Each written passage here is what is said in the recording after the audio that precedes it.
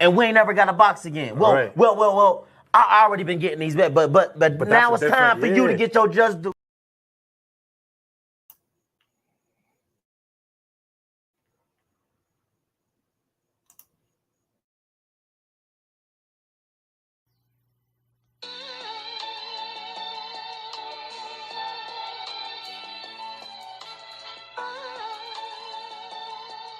Yeah, you know the deal. We back again. Yo.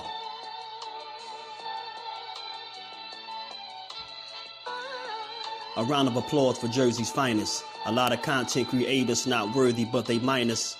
They get offended and start singing like the whiners. Talking like they tough, but it's only screaming and whining. My homie JusDueBoxing is the cat you don't come to. Your squad get run through. By the time you come to, you duck food. You suckers talk tough on the internet, revealing all your threats. Now we got you trapped in the net. JusDueBoxing be on this grind, y'all better hustle up. You deadlifted 90 pounds, we doing muscle ups. There's really no comparison. His voice sound like a derringer. Throwing a towel, it's just embarrassing. My dog Just very philosophical and psychological, and he mixed it all with good boxing news. These YouTubers feel like Bishop, I guess they got the juice, but it's lonely at the top. To Just, it feel like child abuse. Be respectful, he don't wanna talk wild and loose. If you can't relate, you get dismissed like a mild dispute. These weird cats will tell lies, then they hide the truth. Why beyond views? You lose your life when you collide with dude. It's JusDueBoxing. All you cowards quit jocking. Kirk is official with no other options. Yeah, yo.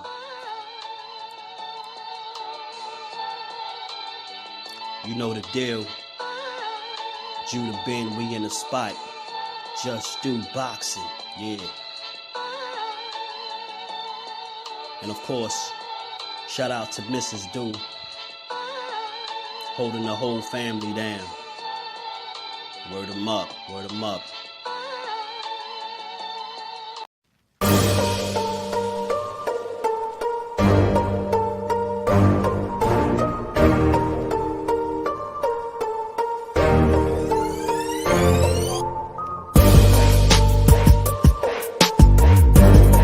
I'm the big Charlo, so he gonna realize that I'm what I am, and I say I am.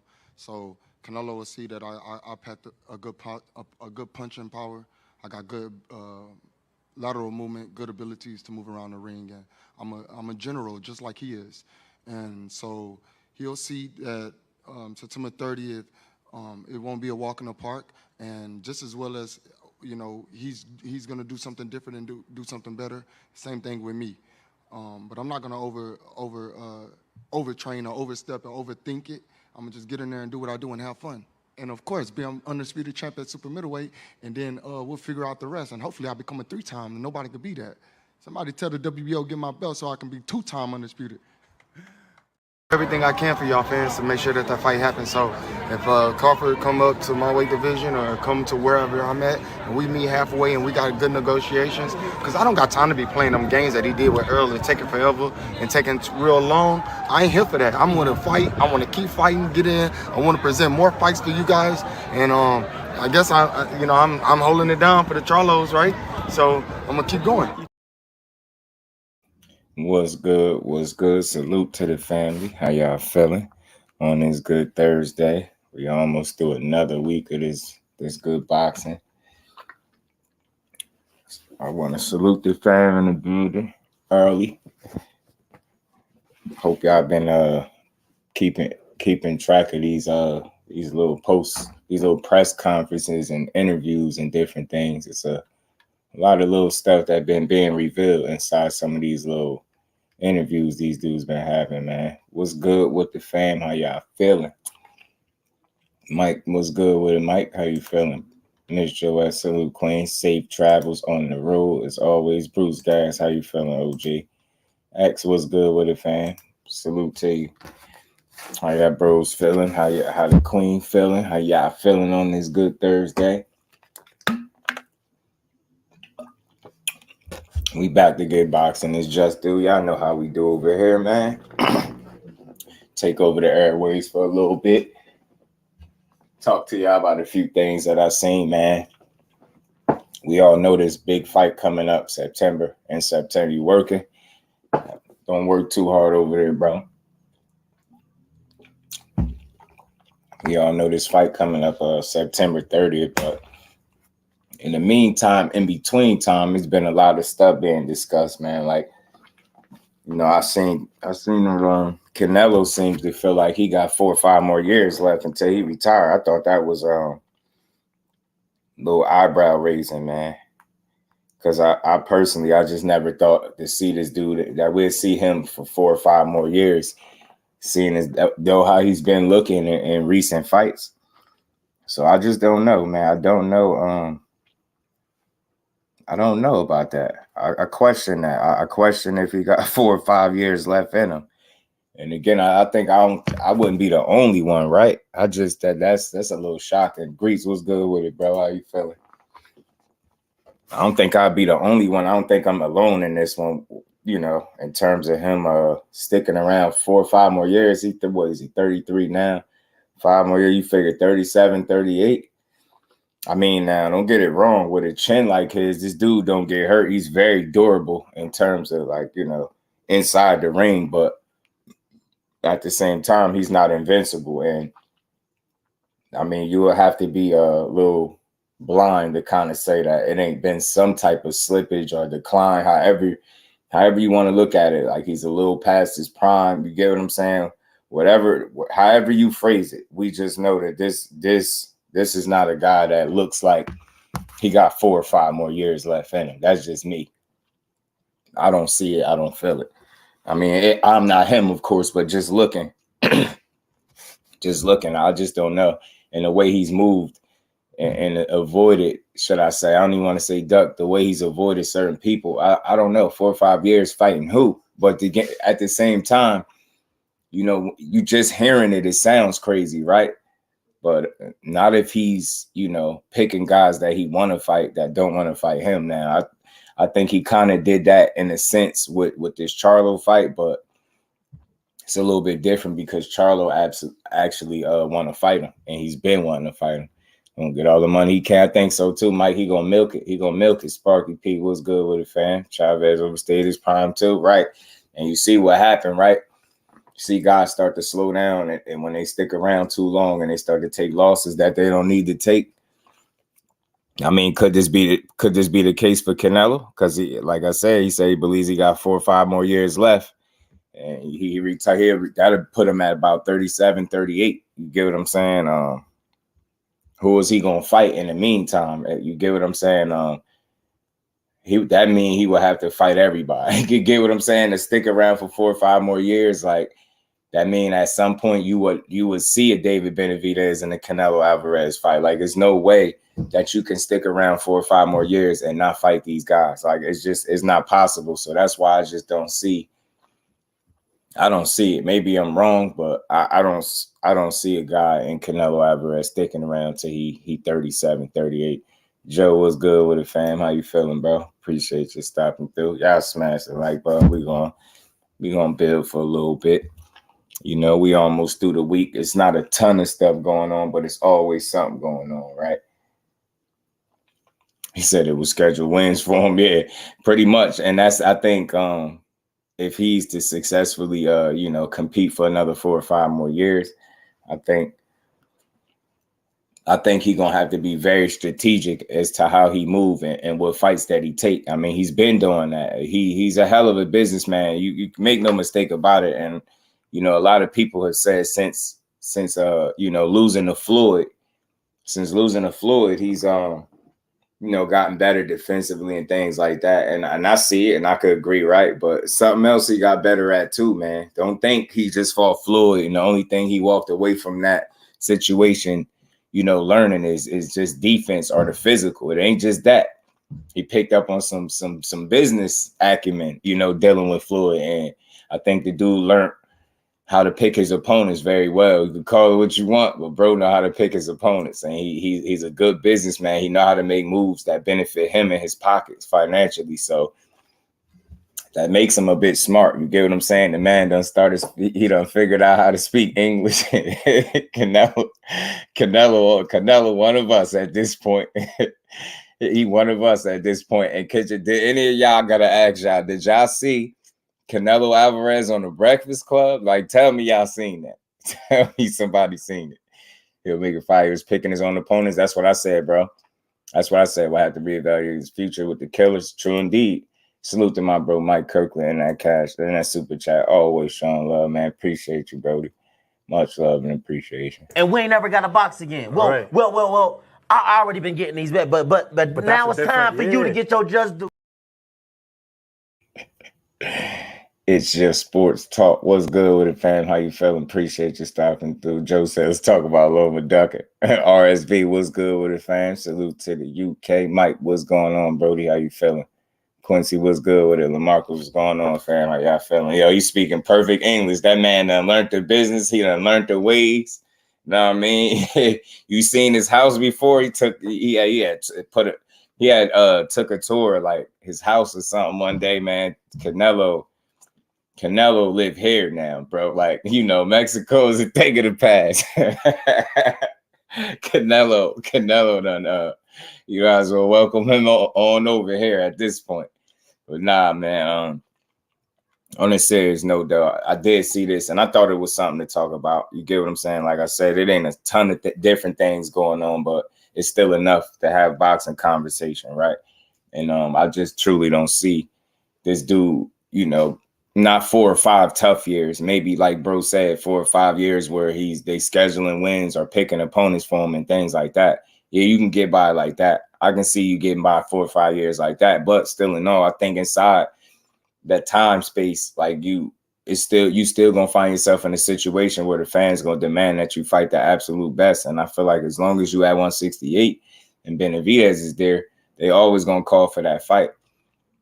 And I just hope you know, it just don't get to a situation where we never see that fight happen, because it's unnecessary. It's crazy to think that we pretty much about to get a Demetrius Andre and David Benavidez before you are Canelo and Benavidez. And that should just tell you something about the way he's picked his opponents, right? And you just can't ignore it. Like, and I just want to put it in perspective. It's not that he's not fighting anybody. He's fought a bunch of guys. He put in a lot of work. And I think if you just put yourself in his shoes, I think that's where he's coming from, right? That's why he moves the way he does, because he feels like he's earned the right to pretty much pick who he wants to fight. And I hate that, because it's a kind of entitled, spoiled kind of mentality in the sport where in order for you to get paid, people have to watch you. People have to pay to see you fight. So it's a tricky situation, because on one end, just trying to put myself in his shoes, I can understand where you're coming from as a fighter, right? You know, you put in so much work and you get to a point where you like, man, I shouldn't have to kill myself, right? I should be able to pick and choose. And I get that. But like I said, it's a tricky situation, because your profession is one that you can't play. I understand the wear and tear on the body, and you get what I'm saying? I know you want your absolute most, you know what I mean, that you can get. You want your biggest bang for your buck, man. You get what I'm saying? You want to be paid for that wear and tear, and I understand that. But at the same time, you at least got to be real enough to consider that the people that pay for you want to see you in there against people that can actually challenge you. So that's where Canelo's issues run in, that he puts himself in a situation where you either you're going to get the people what they want, or you're not, and you're going to be ridiculed, criticized, whatever you want to call it. But this is why people don't respect Canelo the way that others do. It's not that he hasn't put in work, but people just see a guy that's pretty much entitled and able to move and do whatever it is that he wants with no consequence. Yeah, with the pick fights, you know what I mean, skip over guys, make excuses for not fighting guys. Like, you know, that story gets old. The whole I'm not fighting Mexican thing is pretty old. So again, it's going to be interesting to see what these 4 or 5 years going to look like for him. And, you know, first things first, you know, he got to deal with the young hungry Charlo. And like I said, man, a lot of people count Charlo out. I'm not counting him out, but I know it's going to be a tough fight. And when I do make a pick, I'm not picking with my heart on this one. It's just going to be an uphill battle because you got a guy in Charlo that got to pretty much get a knockout. You get what I'm saying? You pretty much got to get a knockout to beat this dude or you're not going to win. And that's pretty much what it is. But if y'all didn't see, I'm going to pull this up, man. Because we got time. Why not? This man speaking perfect English nowadays, man. I didn't expect to see Canelo on the Breakfast Club. That's why I don't pull for Canelo. The moves he makes, yeah, it's always sus. He just got a weird way of doing things now that he feel like he I guess made it. He just don't owe people anything other than, you know what I mean? He feel like just getting in the ring and seeing him perform is enough for us. It shouldn't have to be who we want to see him fight. And that's what it seemed like to me. If the fans want Bud versus Boots, hell yeah, they do. Yeah, people want that. Yeah, but it's gonna be so hard to get it because if we just considering where Bud is coming from, it got to make business sense, right? And he looking to make big fights. How big I can't really say how big would that fight be, right? And I know for sure to be real risky, but I think people definitely want to see that because they know, or at least a lot of people feel like Boots got enough to really push him and challenge him, possibly beat him. You know what I mean? It'd be a fight worth it. Same in ways, he was smart. He didn't care what people wanted the most. PACQUIAO maybe to the extent Canelo to Bivol. Yeah, to some degree. But you know what? You know what the difference is, Sparky, with him and Canelo? Canelo's just strictly picking whoever he want, despite the blowback from it, right? With Floyd, he was fighting guys coming off their biggest wins and stuff like that. Some of those guys, you get what I'm saying? Some of them hand-picked dudes, but that's why he made it make sense. And they had fan bases and things like that would contribute to him having good numbers. You get what I'm saying? So it was definitely business savvy, business-minded moves that he was making, but it was smart and strategic still. With Canelo, it was just like very obvious that it's certain people that he just would rather not get in there with. You know what I'm saying? It makes it a bit weird. He wanted English, he was confused with like 3 words, right? Get what I'm saying? But for the sport, or do they want Boots? The revenge. Oh, nah, no. Get it wrong now, Quincy. That's some of both, bro. That's some of both. You got people that feel like, man, hey, man, my guy Earl Laws, hey, man, I bet you won't go fight Boots, though. Like, you get what I'm saying? There's some people like that. But then it's a lot of people that's like, hey, man, that's the biggest fight to make at welterweight because, EJ ain't going to be at welterweight no more. You get what I'm saying? So I'm never going to be against fans that's asking for a fight that's potentially the biggest fight at any weight class, right? I'm not going to be mad at that. I kind of understand it. I get it. I would get why they want to see it.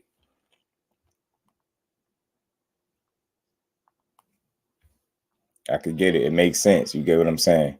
When you start picking fights, right? You get what I'm saying? Right? Yeah. Facts, Sparky. Facts, bro. Al Booger, what up, family? How you feeling, bro? Appreciate you sliding through on this good Thursday. This gloomy, feel like a quiet Thursday. But we still gonna have this boxing conversation, man. I'm gonna play some of this. I need it cooler. This interview with Canelo. He really went to the Breakfast Club. This is how you know, man. Like this, all bets are off. Canelo is one of the boys at this point. This man hit the Breakfast Club, bro. I don't think he had a translator with him either, man. This is crazy, but we're gonna play this because we got time. And again, just to finish what I was saying about the 4 or 5 years, I'm in agreement with y'all. Listen, he knows his body better than me. I just see a guy that's declining, slowing down a bit, obviously, and you would think that he just wouldn't be sticking around for that much longer. But at the same time, he's allowed to move a certain way, so he could kind of milk the game for what it's worth as he's been doing. And I think he's gonna squeeze every red cent out of boxing before he hang him up. He gonna get every dime that he want. Boxing matchups, D-Free. What's good with it, D-Free? How you feeling? Appreciate you sliding through. Let me play something I remember I used to say, huh? when Canelo used to talk. You get what I'm saying? Now it's like, bro, out here talking. Middleweight to light heavyweight, including unified titles in 3 of those weight classes. Ladies and gentlemen, the champ, Canelo Alvarez is here. This is. How you feeling, brother? This like a little historic right here. Sorry, what's good with it, fam? Appreciate you stopping, dude. Yo, facts. That's what I'm saying, Quincy. Right. Very good. I'm just here, promotion the fight, and I'm ready. You got a Jermell Charlo on September 30th, man. What's your predictions for the fight, man? No, I'm gonna win. I know that's a prediction. Okay. Charlamagne's not good with predictions. Canelo, like, I know my English good, but you ain't about to just be asking me all these questions. Look, I'm coming to win, man. I'm coming to win. And so, right.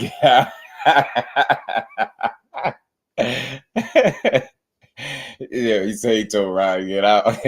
Aisha, salute, Queen. Appreciate you stopping through.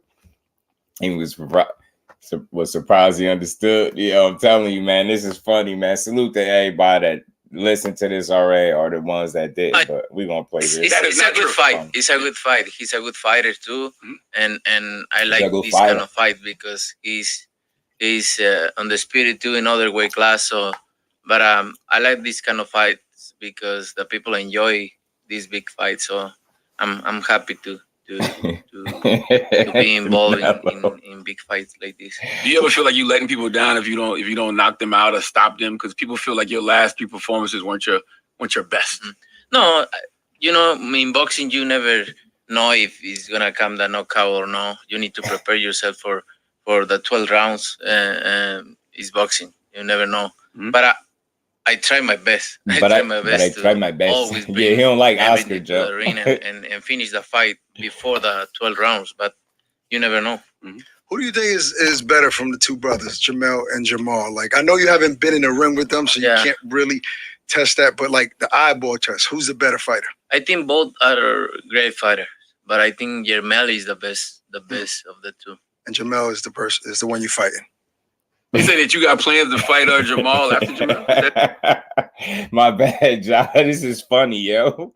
Canelo is really talking with no translator, yo. And he just said who he thought out of the two Charlos was better out of the two. Yo, this dude is crazy, man. It's funny. I mean, Trump going to a black church. Yeah, it's so out of the blue, right? Like. Now you feel me being boxing news, man. This dude, yeah, it's funny, yeah. I like Canelo a little more. I like this English speaking Canelo a little more, man. True. No, we don't know. Okay. But maybe happened, you know. The brothers come up and say maybe. We never know. What was your thoughts on the Crawford Spencer fight? Really good fight, but I always knew Crawford is better fighter. I like Spence too, but. I like Spence too, but Crawford was on the show and he said, to Charlamagne that he'd be willing to fight you at 158. And I think you made a comment about that, saying there's levels and weight classes for a reason. So that fight is impossible. Could it ever be possible? You're never going down to 160. No, no, I can't. I can't. It's impossible because, you know, like he say, if he beat Germonta, no, everybody. Nah, listen to how he said Tank name though, y'all. I ain't letting that slip. No, I can't. I can't. It's impossible because, you know, like he say, if he beat Germonta, no, everybody's gonna say, yeah, it's too small, right? And this and that. So it's the same thing. I respect Crawford. He's a good fighter, but we're not different weight class. That's a mega fight though, Canelo. Like, I mean, that's kind of like the last big mega fight out there, right? I mean, because of the way he beat Spence and how easy, they see there's no challenge around those divisions outside of Canelo. He's the only guy, and that's why I guess to your point. But if I beat him, what did you see? But they tripping. Let me stop that real quick. Y'all acting like Boots not there. Don't keep saying that. Like, all right, you beat EJ. That's not it. That's not it. It ain't over, bro. It ain't over. Boots is always gonna be around, bro. I don't know why they acting like he ain't there. Was that a stone or something, right? He said, he called him Dramonte. Nah, that's a classic, yo. You see how he called Tank, yo? He said he been using the Reddit Rosetta song. Oh man. When I say that's too small, that's too small. Well, you get what you asked for. If he asked for it, if he's saying he wanted, you know. I mean, you went up to 175. Yeah, but you know, everybody wants to fight me. Yeah. Everybody wants to fight me. That's the truth. But I know for that you need to get there and fight everybody.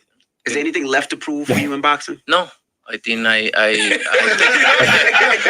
done a lot in boxing. So, but I love boxing and I try my best to continue make history, and that's why I'm here. Now your dad. And let me just pause that. It's the reason why I'm playing this too, because this ties into what I was, the title about him saying 4 or 5 years left, right? But again, now I'm just putting this in perspective, and I'm just spitballing here, just making sense out of it. A guy that says he has 4 or 5 more years left, but they ask him, "Do you got anything left to prove?" And he say no. So again, don't you become a little bit more complacent when you don't got nothing left to prove? You get what I'm saying? Because at what point? Like, what are you fighting for? Are you fighting for legacy? Are you fighting for the bag at this point? And the fights that you take are gonna dictate that. You get what I'm saying? So it's like, what is your motivation for still doing it? Because I know you made all the money you need to make, right? You made all the money you need to make, bro. So it ain't that no more, right? And you said you don't have nothing left to prove. So again, a guy that has nothing left to prove, that's accomplished all that he's accomplished, that's over 60-something fights. Think about it. If he's to stick around for 4 or 5 more years, bro, and he already got like 63 fights, what this dude going to have like 70 fights? 70 plus fights? Like, you get what I'm saying? Like, what's going on? He say he fight 2 fights a year. And that's another 10 fights, bro. This dude going to have over 70 fights? Like, I just don't know. And a guy that has accomplished as much as he did with all the miles and wear and tear, and then feeling like he don't have nothing else to prove. What is the motivation is what I'm asking. What is the motivation? What's going to carry this dude 4 or 5 more years? You get what I'm saying? Is it just the money or what? You know, they're the best trappers. You already know it. I burn up inside, man. Yo, he don't like, he said, never enough money. That's true. For the bag, he said, I love boxing. Canelo voice. Dad didn't approve of you boxing early on, right? My what? Your dad, your father, didn't approve of you boxing? He don't want me to be involved in boxing because he want me to study and be in the school and ice creams and everything. But I say, this is what I want. If you wanna support me, it's fine. If you're not, for people that don't know, how do you get into boxing? Canelo, like, I'm gonna do this one way or the other. I learned how to fight, and I'm gonna fight. So what got you into the sport? My older brother started in boxing. When I saw him get his first fight and professional fight, Quincy, it's crazy, that's right? When I fall in love in boxing. I said, this is what I want for my life. You fell in love with golf recently too in the last few years. I mean, at this point in your career, do you enjoy golf more than boxing? No. No. Not yet. It's different. It's different. I enjoy golf and I try to get outside boxing a little bit, but boxing is just passion, my life. True passion. My passion, yeah. What brings you peace, Canelo? My family. Peace, my family. My family. I think my family, my people around, and that's make me feel peace and calm and everything. But Bernard Hopkins says he feels like Jamal could give you problems. Yeah, I mean, he says he feels like he could be a nightmare for you. Yeah, he can be because he's a great fighter. But that's why I'm here, right? I don't put in my money it's gonna be an easy fight. I know that's what I'm training 100% because he's a good fighter. People often say that Canelo has made so much money. He's accomplished so much in the sport. Where do you pull the hunger from to get up for these big fights? I mean, you've done it all. Like, how do you do it? I love boxing. I love boxing and I respect boxing, and that's why I'm in Lake Tahoe right now. I've been there in 1 month right now in training camp without my family, without everything, because I love boxing. I love the discipline of boxing. What do you at the time, right? We talk about Canelo Promotions. We talk about the tequila that you just launched and all the activities outside of boxing. Is what's making you, what fuels that fire? Is it because of as much as you're in the limelight, it fuels your other businesses, or? What makes you still have the time or energy to want to do it? Boxing? I love boxing. And like I say, I love boxing, and I still enjoy the training camp. That when I go out and train, like I said to my coach, I say when I start losing the hungry and that feel to go and train and do the correct things in the gym, then I'm retired. But I still love boxing. When you look at like Floyd, and some boxers look down on Floyd doing these exhibitions, saying it's not real, it's just a cash grab. What are your thoughts on that? Would that be something that you would do? Is my question. Look, he's retired. He can do whatever he wants, right? And he can do whatever he wants. I think I'm gonna miss boxing when I'm retired a lot, and maybe I can do one or two, but you never know. Speaking of those exhibitions, I was in Dallas for Jake Paul, Nate Diaz. I know you heard what Jake is saying. I want Canelo.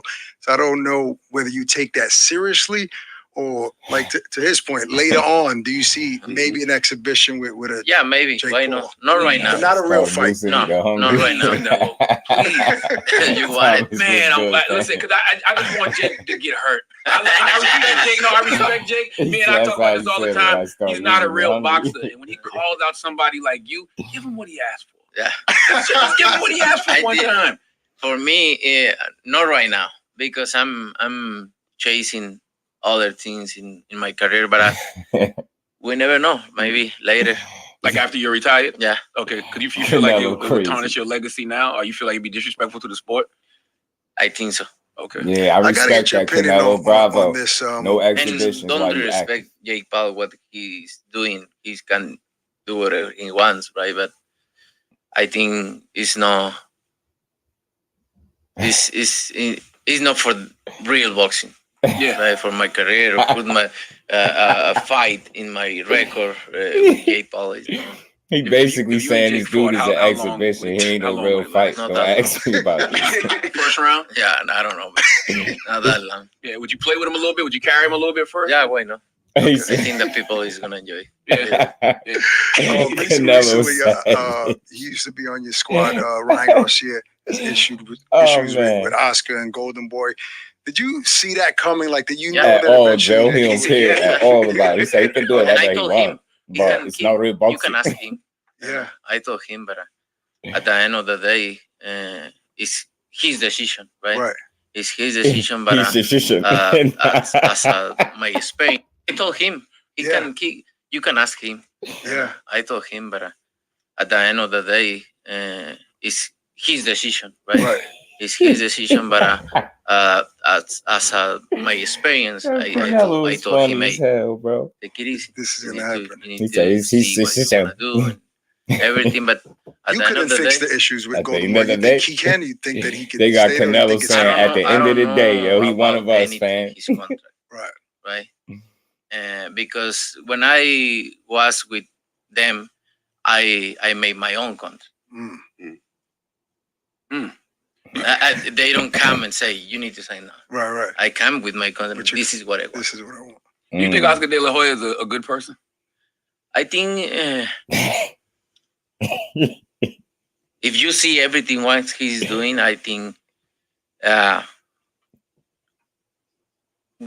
before, because we are loyal, right? And we are always.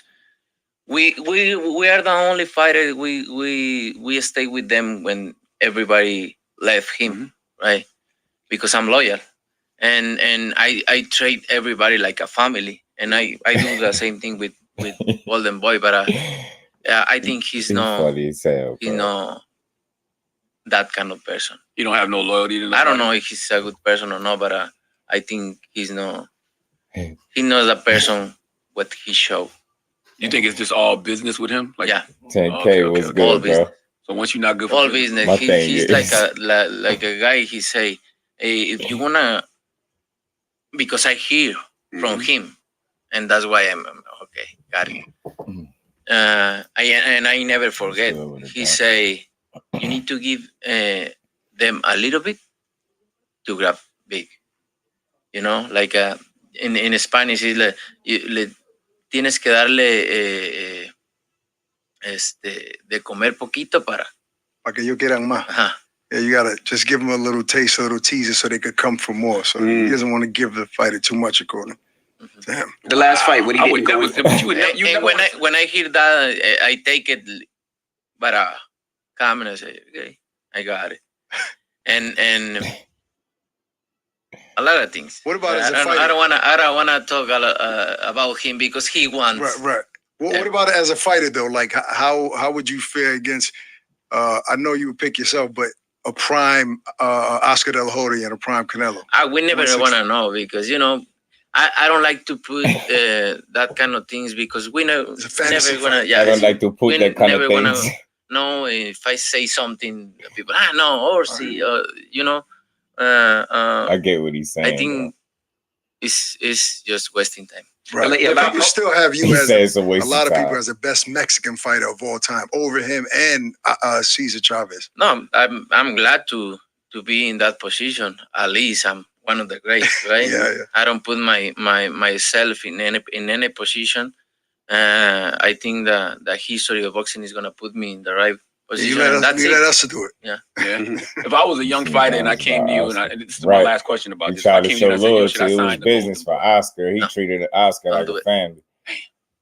I was going to ask you, what were your thoughts? This is my last question about this. If I came to you and I said, yo, should I sign the Golden Boy? No. Oh, snap. He said no. I was going to ask you, what were your thoughts when he didn't go to Garcia's room after when he lost? Who? When he didn't go to his room after he lost, he said he was threatened and he ran out of the stadium after the last fight. I don't know anything about that. I think he have a lot of issues. Oscar have a lot of issues with his life. I don't really know. When I fought with Floyd Mayweather, he was in rehab 2 days before the fight. So. And kind of that, but I don't know really what happened there, but I don't think what he says they don't let me go. If I in my position, I fuck everybody. I wanna go there and be with my friend. Yeah, we talking about that's what I'm talking about. Nello winning me over, man. Nello winning me over. He said, man, if that's me, that's my phrase. He said, F everybody, like, I'm getting to my man. What you talking about? Y'all making threats. He like, nah, that's my man. I'm going to be there. Nah, Canelo winning me over. The English-speaking Canelo is winning me over, y'all. He acting crazy out on this interview. Kid also love Oscar. Yeah, he do, 10K. He do. That's what I'm saying, Roger. What is Canelo doing on the Breakfast Club? We had to play this. We had to go over this, y'all. It was no way I was letting this slide because I looked and I seen Charlo's. I'm like, all right, that's expected. But then I look, I see Canelo. I said, nah, ain't no way. Ain't no way they let him sit up here with no translator. I thought this was dope, man. He winning me over, man. He talking real. He said he got a lot of issues.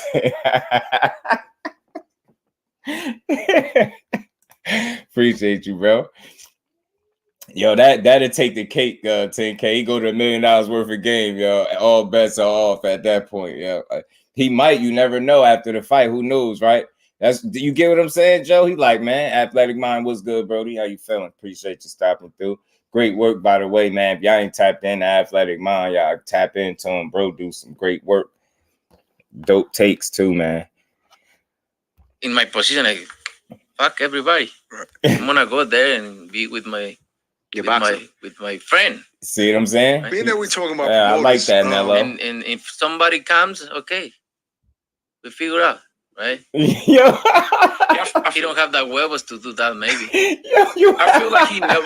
Whenever I talk to him, Canelo like, nah. If somebody comes, okay, we figure out, right? Yeah, he don't have the huevos to do that, maybe. I feel like he never. Whenever I talk to him, I never know. Nah, if he's Canelo shout out, yo, bro. Yeah, nah, he winning me over, y'all. I think I like Canelo Alvarez a lot more at the time. Hypocrite. Hypocrite. I think he's that kind of person. We talking about he pulling out the words, yo. Nah, Nello, that dude. Obviously, he did this new deal with PBC, and he won me over, yo. The English speaking Nello, he did fights together. Is the relationship still good? And do you see yourself? I love it, fighting with Matchroom and the Zone in the future. In my side, I'm still good. I think I'm his friend. Did you speak to him after the deal, the Charlo deal? He congratulated me when I signed with PBC. And I'm still I'm telling you, yo, this is funny, bro. Yeah, athletic body. You think you and Ryan Garcia will ever get on good terms again? Yeah, why not? I have nothing with Ryan. Little things go out of control, but look, he's young and sometimes you I like this. You think it's good what you say, but at the end of the day, it's not. But you know, I respect.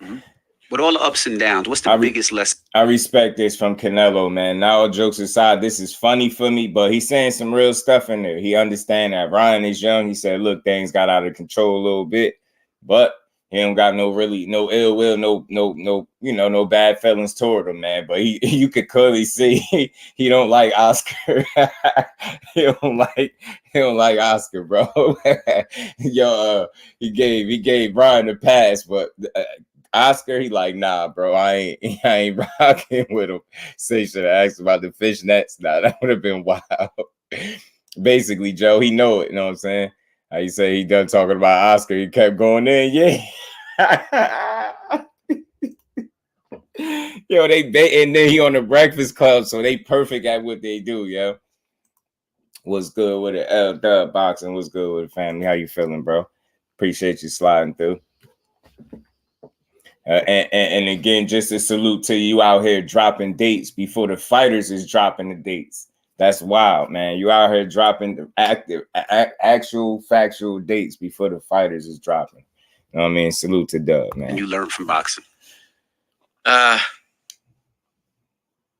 think I learned everything in boxing all my life. The loyalty, facts, 10K. The people. You need to read the people good.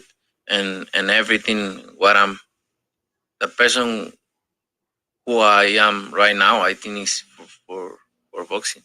I like what he's saying. Do you cut out sex before fights? Huh? Do you cut out sex before fights like a lot of other fighters? 1 week. Just a week? Yeah. That's it? No, that's it. I thought everybody say he said 1 week. Before, the older fighters say 1 month, 2 months, or something like that, but you're like, hell no. I don't think so. Just a week? What? A week.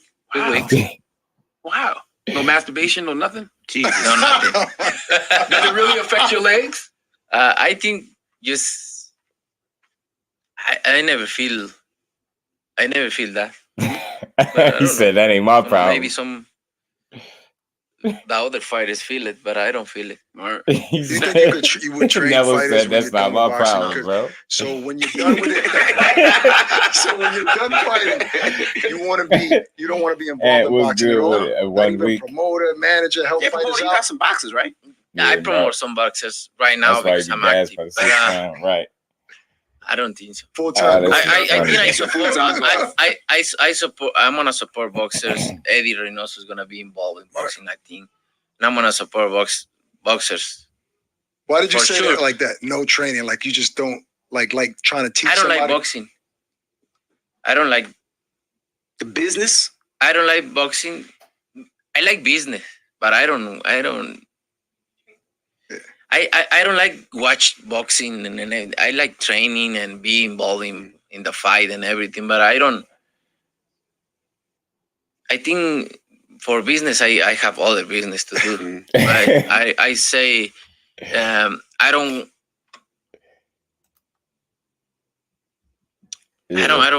see myself in boxing. Right. At least my son wants to be a boxer and okay. I was gonna ask, would you let your son box? I don't want it, but it's not my choice. That's his corner. It's not my decision. He wants to be a boxer. Okay, I say okay. In 2 or 3 years more, you wanna do a sparring, and when you take the first punch, you wanna tell me you wanna be a boxer. Yo, you hear him? Yo, nah. It's not my decision. He wants to be a boxer. Okay, I say, okay, in 2-3 years more, you want to do a sparring, and when you take the first punch, you want to tell me you want to be a boxer. Yo, right now, okay, it's fine. He said he ain't gonna stop his son. He said 2-3 more years, you want to be a boxer. You do your first spar. You get hit with that first punch, you tell him if you still want to box. Oh, man, this dude is funny, man. I ain't gonna lie, man. Oh, I ain't gonna lie. Nah, facts, Joe, man. It's a funny dude, though. People say you ducking Benavidez, man. Everybody say the same thing all my life. When I fight with Throw, they say I'm ducking Throw. When I fight other fighters, they say I'm ducking Golovkin, I'm ducking Islandi Lara and everything. Every time I beat every single fighter, they say, "Oh, okay, I have this other fighter." They find somebody else. Yeah, they find somebody else. But I'm ducking nobody. I've been in this position a lot of times. So I mean, I just do the fights. Funny, I think is the best for the fans. Benavidez. Nah, you definitely lying. That's cat, bro. I don't know. We don't know. John Ryder ain't best for the fans. We 100% focus in this fight, and then we'll see. Rocky Fielding, none of that stuff. Avenue, and make the decision for the next fight. Is it all about the money for Canelo now when it comes to fights? I don't. And all my life, anything is about money.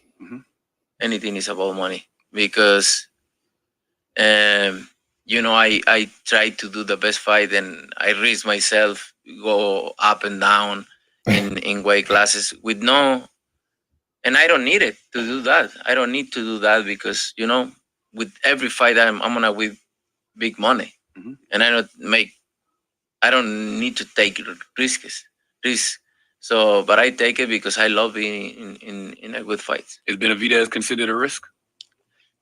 Every right, fight, Joe. Him, Charlo, every fight is a risk. When I fought with B-Ball, everybody say he's gonna easy. He pick a easy fight. No fight is easy. Are you done taking risk with as far as going up in weight classes? No, he said so anything. You still might go up to 175 again. I know. Wow, you're just not going down. No, I can't. Is it because you're tired of cutting weight? Is that too hard for you to do at this point in your career? No, because I just go up because it's my whole life was so hard to make 154, 160. So right now I feel good in 168, and maybe in some point go 175. And that's why people always talk about how Jermell is going up to 168 to fight him, but he's bigger than Canelo because typically you probably should be fighting at 154. In 147, I'm a small fighter. Yeah, that's what I'm saying. Like so 175, that's insane. Yeah. But even at 168 and 160 and 154, you're one of the smaller guys. So I wouldn't say that he's coming to fight the bigger guy. Jermell is the bigger guy.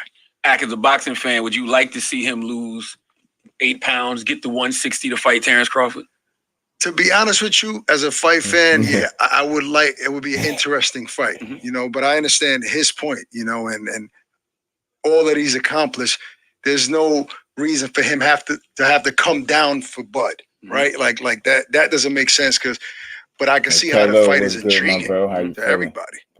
What advice would you give? Money don't make me. I make money. Bud is experiencing a level of fame right now that you've had for a while. What advice would you give to him for his next couple? No, I think he's what I saw from outside. I think he's good person. He's very smart person too.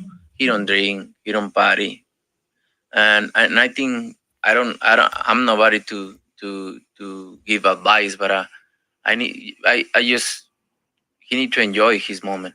Everybody enjoy his moment, and right now it's his moment. He need to enjoy it. On the flip side, what advice would you give Errol Spence, seeing this is his first loss? No, I think everybody, when you lose, it's hard. It's hard to handle because we don't prepare for a loss. It's hard, but at the end of the day, you need to see who you lost. And it's boxing. You need to keep up, and you need to keep power and no give up. Pat, what's going on, bro? Appreciate you pulling up. I think pardon me, yeah. There is the champion's mate when you So people think that some people saying that he should retire. It's Canelo on the Breakfast Everybody Club, say the same thing when I fought with Floyd Mayweather and say you need to change trainers and this and that. He's boxing. He's boxing, and you always in the line. If you lose or win, it's complicated. But you know, it's complicated. Like I say, nobody's prepared for a lose. Nobody's loss. Prepared for but a loss. At the end of the day, you need to keep forward and keep fighting. Would you rematch right away, or would you take a little break, take a couple of fights for? Canelo thinking like a boxer, rematch immediately. Damn. But you don't see, you can't see Errol Spence beating Crawford in any division, even at 154. Do you see anybody from 147 to 154 beating Terence Crawford? I don't think so. What if he were to go up to 160? We know you're not going down, but would he beat everybody at 162? We don't know. We don't know. But up to 154, you don't see anybody beating him. No.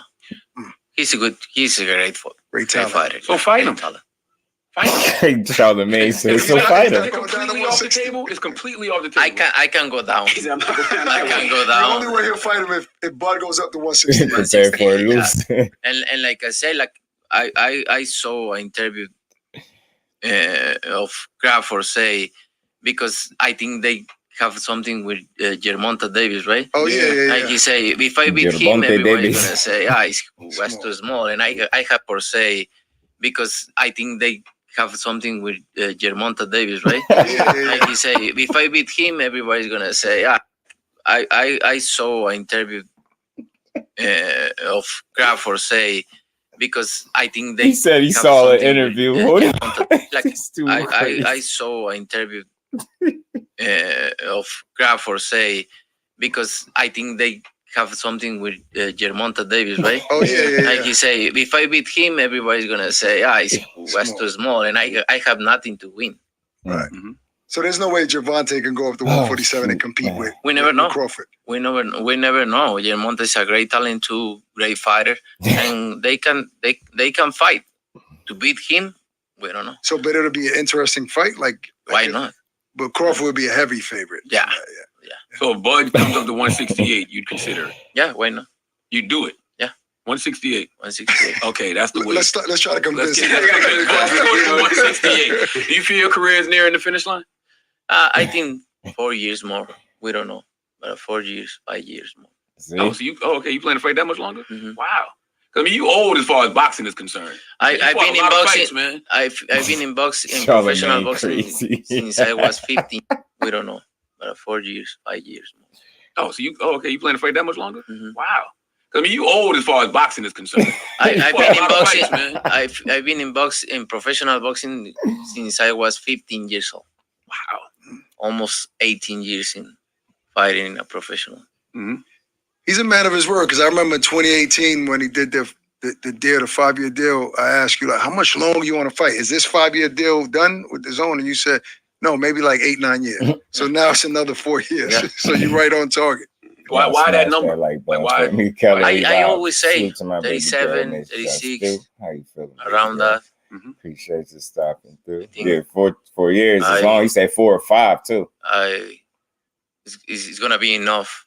A lot of years in boxing and accomplish a lot of things, and then I need to enjoy my life with my family and everything. Absolutely. We know they got to go because they got TV. Yes, sir. The fight goes down September 30th on Showtime pay-per-view, and we appreciate you for joining us. Yeah, champ. Thank you for coming, man. Ladies and gentlemen, Canelo Alvarez. Thank you, brother. I ain't mad at that for Canelo, man. I ain't mad at that. He was speaking English all the way through. I understood almost everything pretty much he said.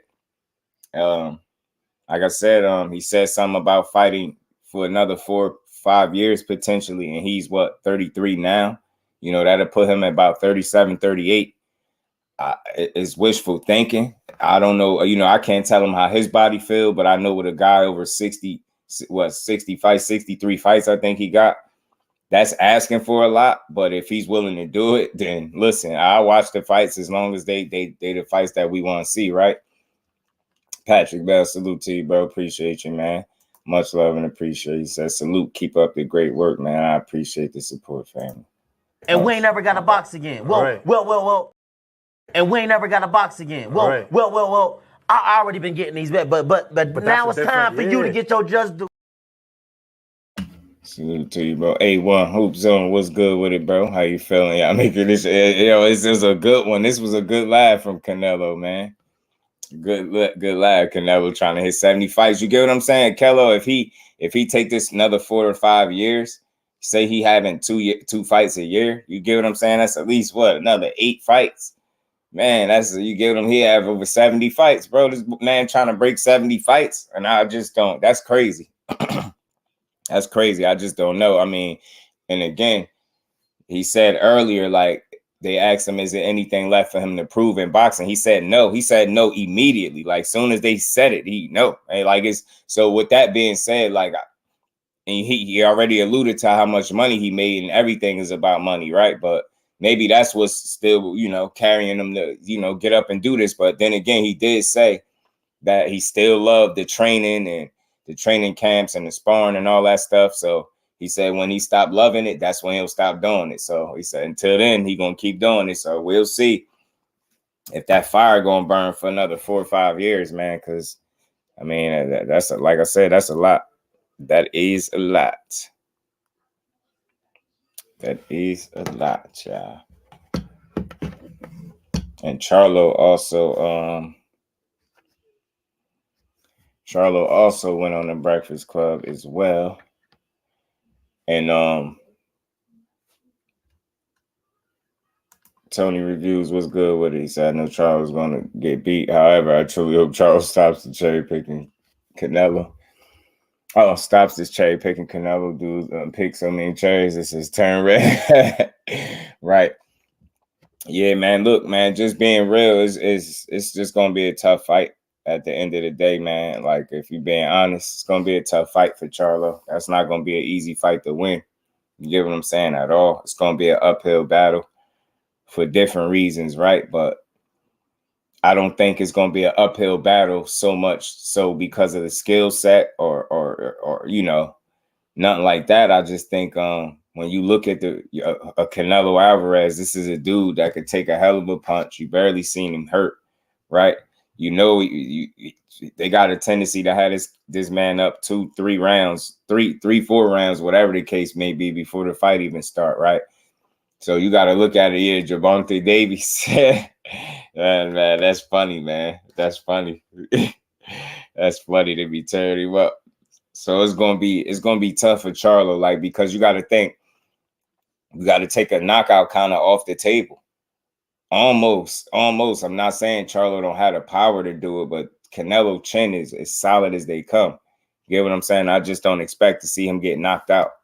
Get what I'm saying? So I think, winning a decision against him is very tough. You get what I'm saying? Even if you do it, you might not get it type deal. So Charlo will have to win so convincingly that a robbery or some sway, scorecards won't even be able to affect the fight, kind of like how Bevel did. And I just don't know stylistically if that fight will play out that way. You get what I'm saying? I think this fight between these two is going to be far more competitive than what Canelo and Bevel was. You get what I'm saying? This fight, you think, put the most wear and tear on Canelo? The individual fight. I mean, it's crazy because he's never really gotten smashed out like that. Like, the most you've seen him get touched up. And I would say the Bevel fight, because Bevel was the biggest guy to put hands on him, and he put hands on him for 12 rounds. You get what I'm saying? So I would do it to, I believe, 4 years sounds right. Yeah, if he gonna do some careful pick and chop. What's good with the chop? How you feeling, bro? Yeah, man. So I'll say maybe the Bevel fight, because Bevel was the biggest, and that was a loss. You know what I mean? Aside from that, the only other guy to put hands on him in that fashion was a Floyd, right? Just hope Charles was taking it seriously and not just thinking of the bad. I definitely think he treating this like he could win for real. I definitely think he treating this like he could win for real. Like, he know the bad come with it. He know that's part of it and was good with it. But I definitely think Charlo think he can win. Canelo willing to get Caleb Plant a rematch after he dominated him in the first fight. I think Caleb Plant did very well. I don't think he got dominated, in my opinion. Not in the fight. You get what I'm saying? He's like, again, once he slowed down, that's when Canelo started to have the majority of the success. Beevil, Floyd, GGG, Ryder put some hands on him too. That is true. Beevil, that's why I say he said the fight that put the most, I would think maybe a Beevil, you know what I'm saying? But then again, after that, it would be Floyd and then Triple G, like you say, and then Ryder. Ryder was able to get shots in because he hung around so long too. Facts, X, he just not a KO artist. I said that all the time. Tony cherry pick going wrong. I always said that. 60 plus training camps, a lot to put your body through. You get what I'm saying? All the miles, Akello, all the miles, bro. Yeah, we could do the Charlo joint next, bro. I like where y'all going because I did want to do both of them. So somebody did say it. So definitely we could do that. CD was good with it. Yo, Phoenix in the building was good. Salute to Phoenix, fam. Salute to Phoenix was good with it. Dude, this is boxing. Anything can happen. Just looking forward to a great fight. Charlo coming. Yeah, man. Look, I'm rooting for Charlo regardless of who I pick when I make the official pick. But this ain't going to be no easy fight. I ain't no fool. Shouldn't be easy for either guy. But all this counting Charlo out, talking about he going to mentally quit and all that stuff, that's garbage. I don't see that. I don't see him mentally quitting. I don't. I think he's tougher than Ryder. I think he's far more talented than John Ryder. I expect, you know, Canelo Alvarez to possibly be better on the night than he was against John Ryder, but still, you know, Charlo being a better fighter, he'll be just fine, man. He got the skills, he got the tools. It's about application and execution on the night, man. That's what Charlo need to be focused on, man. Execution, man. Controlling them early rounds and not letting the first half of the fight get away from him, and understanding that if you put yourself in the right position, man, late, Canelo has a tendency to slow down. That's just something he do. So, you know what I mean? We're going to see. Just see the fight don't necessarily mean he has wear and tear like most people think. Oh, no, I think he hasn't got touched up. But see, that's the thing, though. Wear and tear, you think about this. You get hit in every fight, right? And he got 60 plus of them. You know what I'm saying? It's not going to be so much the damage inside the ring as it is the sparring, the miles, the road work. Just all that stuff is wear and tear, not just inside the ring in your fights. That's another factor too. So that again, that's why he's as preserved as what he is, because he hasn't just gotten to fights and gotten his ass beat left and right. That's not the kind of fighter he is. He's very responsible defensively. Like, it take a hell of a fighter to beat him up the way you've seen him lose in his career. You get what I'm saying? So the wear and tear for the most part for him has came with the whole body of work, all the training camps. You get what I'm saying? All that sparring, all the actual fights. You get what I'm saying? That's a lot. You get what I'm saying? All the miles on the body, that road work is real, man. So you get what I'm saying? Then you notice, you started seeing him wear sleeves and brace on the knee, sleeve on the arm. Like, that stuff ain't for fashion. That's definitely not for fashion. You started noticing that as he got a little bit older. You get what I'm saying? And when I say older, of course, he's not old in age, but in terms of boxing, like when you started seeing them fights mount, you started to hear them little things about the knees, the elbows. You get what I'm saying? Wrist injury. Like, pay attention to the breakdown. You start getting little injuries, little nicks here, little nicks there. Get what I'm saying? And that, you know, the knee ain't nothing to play with. Elbow ain't nothing to play with. You get what I'm saying? Wrist, another thing, ain't nothing to play with. So just pay attention. That's just wear and tear over the period of time. Think about it. You know, hurt a wrist in the fight that he won. You get what I'm saying? So it's that wear and tear is real, man. You and again, wear and tear is not just when you lose. You sustain wear and tear when you win too, doing damage to the body as well. So it's real, man. And he's been a professional since he's been 15 years old, which is crazy. Right, Joe? That knee surgery, yeah, facts. Respect all professional boxers. You can't play boxing. That's why CD, this is my favorite sport, bro. Because you can't play it. You get what I'm saying? And there's no better way to put it. Tom's gonna catch up with Canelo in this fight against Charlo. I think he's going to defy Father Time, maybe not dominate Charlo. I don't think Father Time is on his back to the point where he's gonna be super old on the night, right? But I just think, you know, looking at him, he's a guy that slowed down just a bit. You get what I'm saying? And I think the main reasoning for the slowing down is the wear and tear and the number of fights, not so much him getting beat up or anything like that. He's taking a couple losses or whatever. He should have a 1 or 2 more on there, but it is what it is, right?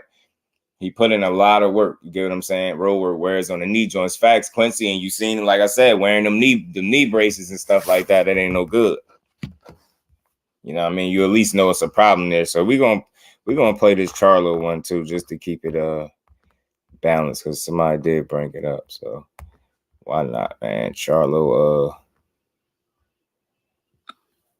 And I don't know, like the WBO always. Ak up here helping us out. That's right. Now Ak, I'm gonna let you do the introduction with all the belts. Salute to everybody in the building. Y'all smashing even though that butt for me. I This think he got is stripped for a Charlo, title man. recently. I'm not sure, but I'm still gonna call him the undisputed 154-pound champion. No, that's rumors out there. I don't know. So you're still undisputed. My belts, Undisputed at junior middleweight. Yeah. Still undisputed junior middleweight He champion. said they ain't Jermell I don't Charlo. know, but said they ain't strip him, but then I heard in another clip he said something about the WBO need to give him his belt back or something. So I don't know.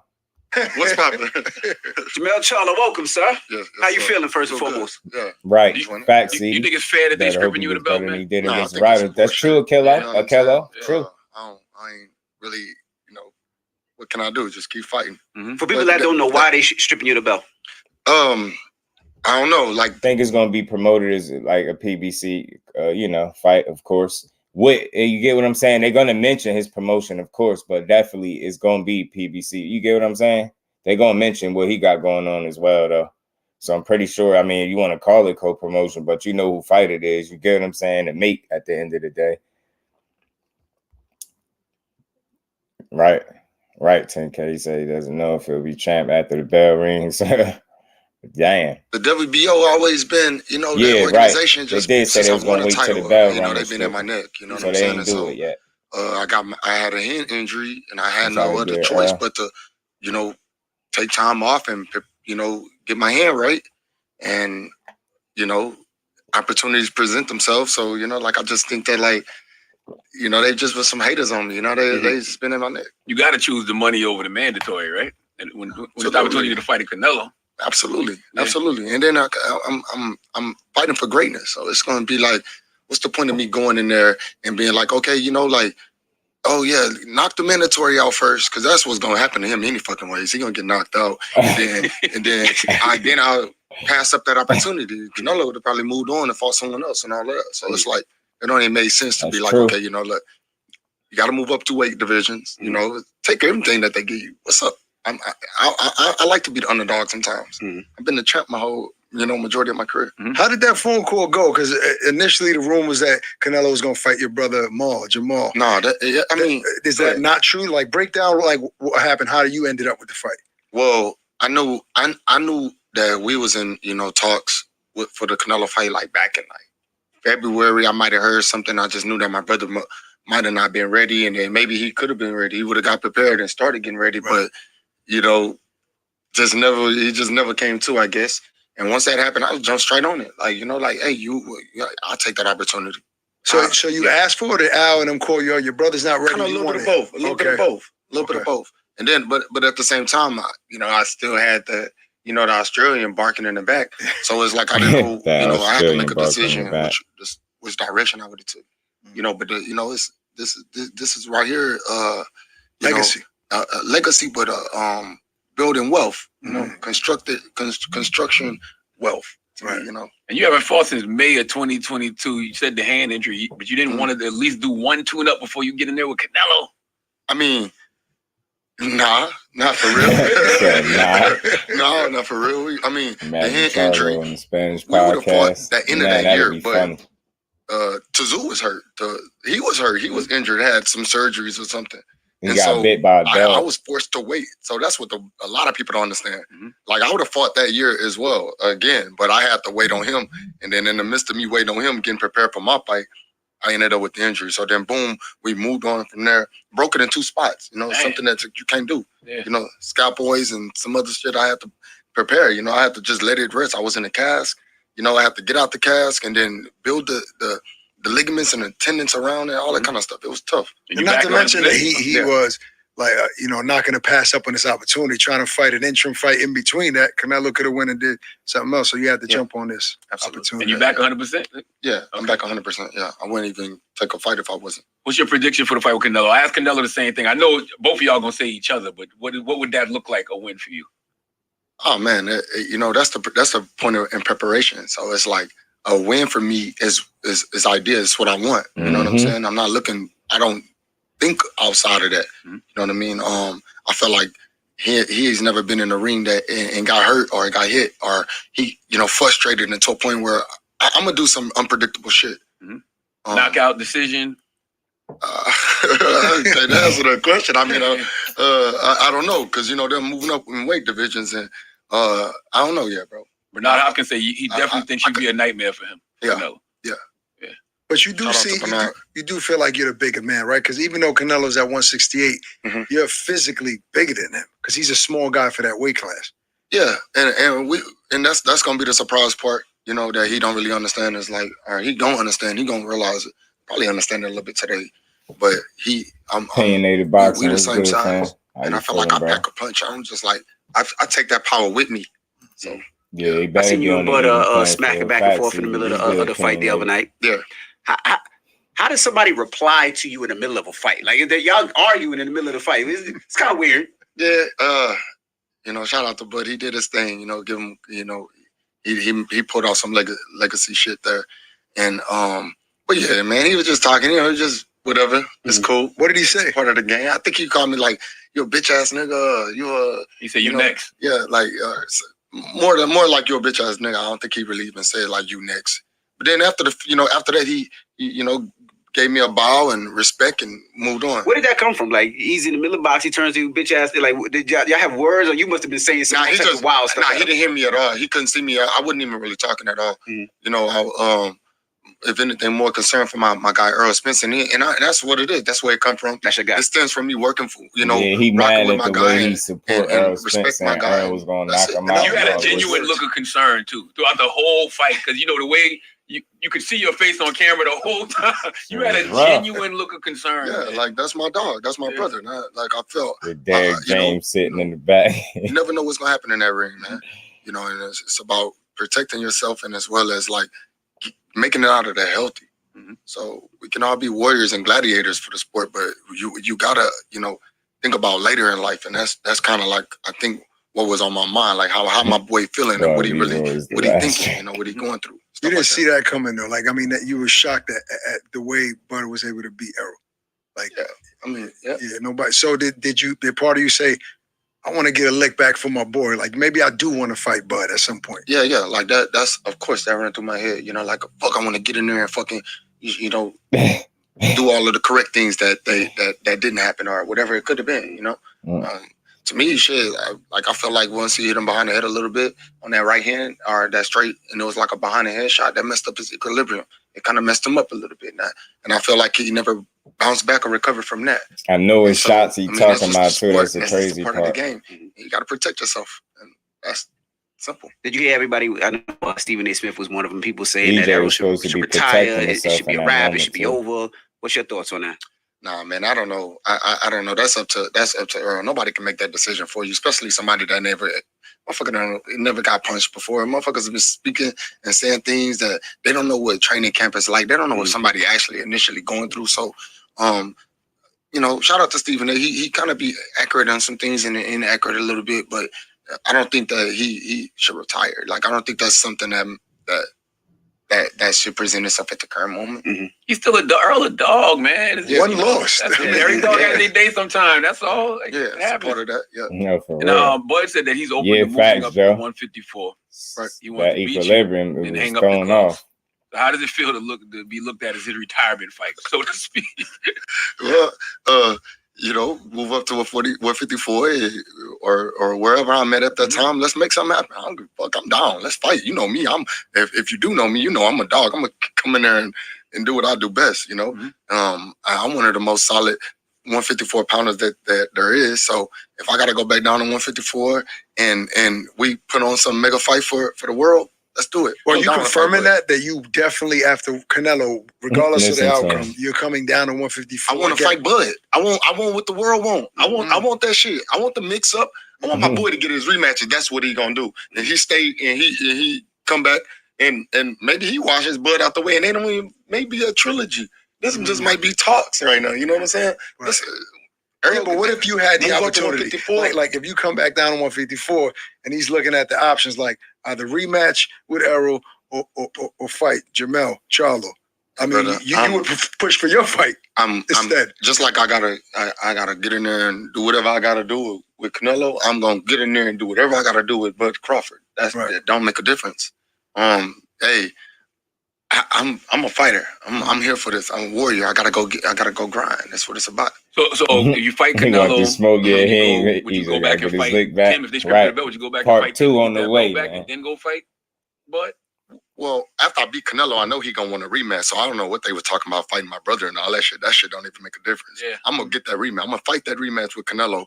Let Bud maybe get his little feet wet at 54 to see that whatever he can impact. Hopefully he get that belt. If he get that belt, I go back to 54 and become the 2-time undisputed champion in one weight division. And that's even. And then become and already be the undisputed champion in super middleweight. I like that confidence. When I beat Canelo, I'm a rematch. Charlo confidence. Hell, he gonna go in there and beat. Do you think you're moving up too far? Nah, I mean, I don't know. I don't think that's when you put on, when you know yourself and you know what you possess in the ring and you know your skills, is you never can bite off more than you can chew. I mean, it's like that's just a part of the game. Yeah. If you want to make some money in this thing, you want to be a warrior, you want to take risk, and you want to get paid, you got to take risk. So this is a part of taking a risk. But two weight divisions, like you got to put on some sort of muscle, right? Like when you walk around and usually when you're not fighting. I ain't even tell in the same weight class and having one in the higher weight class would be crazy. How much I'm walking around there, but I know I'm good. Yeah. How you and your brother got into boxing? My father was a boxer. Yeah, and we watched him train and. A lot of times, you know, people who are into boxing, like if their dad's a boxer, they don't want their kids to box. You know what I mean? Or people that play football, a lot of times they don't want their kids to play. I even asked Octa the other day who boxed, said, would you want your son? He was like, hell no. Yeah, no, I don't know, bro. My dad was a boxer, and I started with played football and baseball at the beginning, and then we just took on and followed what he was doing. How many times did you fight your brother? Crazy. Man, we fought all the time. Charlo. We tried our best not to fight because we would get ass. Yes, sir. We rocking with Charlo. Fighting each other, but salute, appreciate. We're supposed to fight other people instead of fighting each other. Would y'all fight each other? Who? Professionally, you and your brother? Nah, man. I don't think my brother. Nah, not for real. You know what I'm saying? I'll tell you that. I'll tell you to entertain you, but in reality, nah, I ain't fighting my twin brother. Not at the moment. Look at this. Look how tough this shit is. Look what they like. Bud and Earl then went through. You think I'm trying to do that to my twin brother? Like, you know what I'm saying? But I mean, whatever presents itself. The money cover might put my brother on his ass. You think the new weight has changed your fighting style? Stop. The new weight division? Yeah. Well, the new weight that you gained has to change your fighting style? No, not at all. Nah, I'm still fast. I'm still powerful. Yeah. What does Canelo present like that? That's of concern to you and hand speed, reflexes, upper body movement, need defense. To be careful for. I mean, he's a power puncher. You know what I'm saying? Strong stuff like that. Like he's strong. Canelo's not he a legend. He a GOAT. He did it. You know, it's a respect thing. You know, he get it, but not in that ring. You know what I mean? So it's not like I care too much about what he presents to the table. You know, I care about what I'm gonna do and how I'm gonna become victorious. Not about he gonna do this, he gonna do that. And, you know what I mean? Right. I'm finna get in there, get out of there, be sharp, go back and beat the world's greatest, I guess. Do you think the good brother Derek James got too much flack for Earl's loss? Yeah and no. You know what I'm saying? I don't know. The coach can't fight for you. Can't get in there and throw the punches for you. So it's like, right. He got chewed up. Yeah. Yeah, I mean, he's one of the best trainers in the world, and shout to him and congrats to him on getting a big win in London with AJ knocking Hellenius out. Now, obviously, he's a stablemate now, right? AJ is a stablemate. They're talking about Wilder and Joshua in January. Most likely that's going to happen. So I'm assuming you riding with AJ for that. I gotta ride with my people, baby. AJ going to sleep in 3 rounds. Yeah. 3 to 4 rounds. You think AJ go to sleep in 3 or 4 rounds? Yeah. Charlamagne gonna be carrying. He'll be giving a damn. 3-4 rounds. Yeah, I mean, he's not been good at picking though. So who? That's not true. Well, this was wrong with Earl and Bud. That's all. But I've been picking Earl for years. Right. Yeah. And that's understood. But yeah, you don't. I don't know, man. Them heavyweights, man. One punch could change the whole. That's true. Dynamics of a fight. You know, a jab. You know, AJ's got to get in there and be himself and be sharp and just stick to it. You know, I think his fundamentals are there. So it's some plus on AJ's side and it's some plus on Deontay Wilder. Yeah, they talking about it though. CD. We know Deontay Wilder got a massive. They talking about right it. hand and, it's at least a real thing. You know, finesse.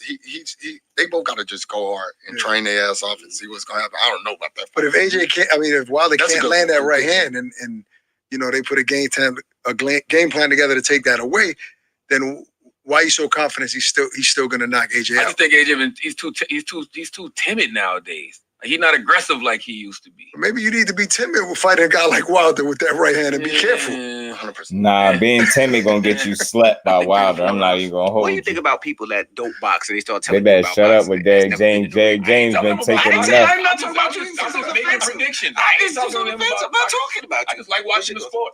I think that people that don't, you know, they just a fan of the sport. So sometimes you just listen.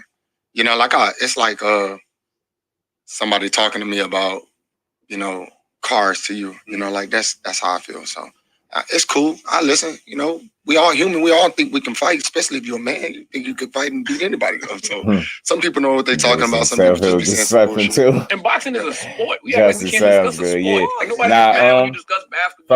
From a real source though. That's why I'm saying that. From a real source. So unless something else happened, I definitely update it. But right now it's supposed to be a real thing.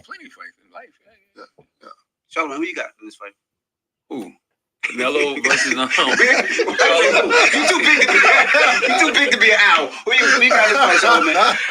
Hey, well, to Envy's point, I do be wrong a lot. I got Canelo. You know what I mean? Yeah. So, understood. You know, I've been wrong my last 2 predictions. But I was wrong about Fury and Wilder the second time, and I was wrong about Bud and Spence. Right. That's cool. That's understood. Who you got? I said Canelo. Yeah. Huh? I'm not making no predictions here, but I think it's gonna be a very interesting fight because I think people keep talking about that he's moving up in weight and fighting a bigger guy, and that's not the case. I know Canelo. I've been around him. He's a smaller guy, so I think the size is gonna benefit Jermell. You know, but obviously Canelo has even though he's going up 2 weight classes, like that's why I think the fight is gonna be interesting. So you picking Jermell?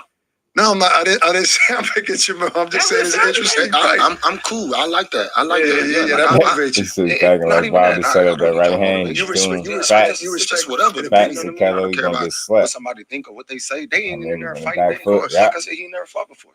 Right. So he never got in a boxing ring. I know what it feel like to even fight any of these guys. I have.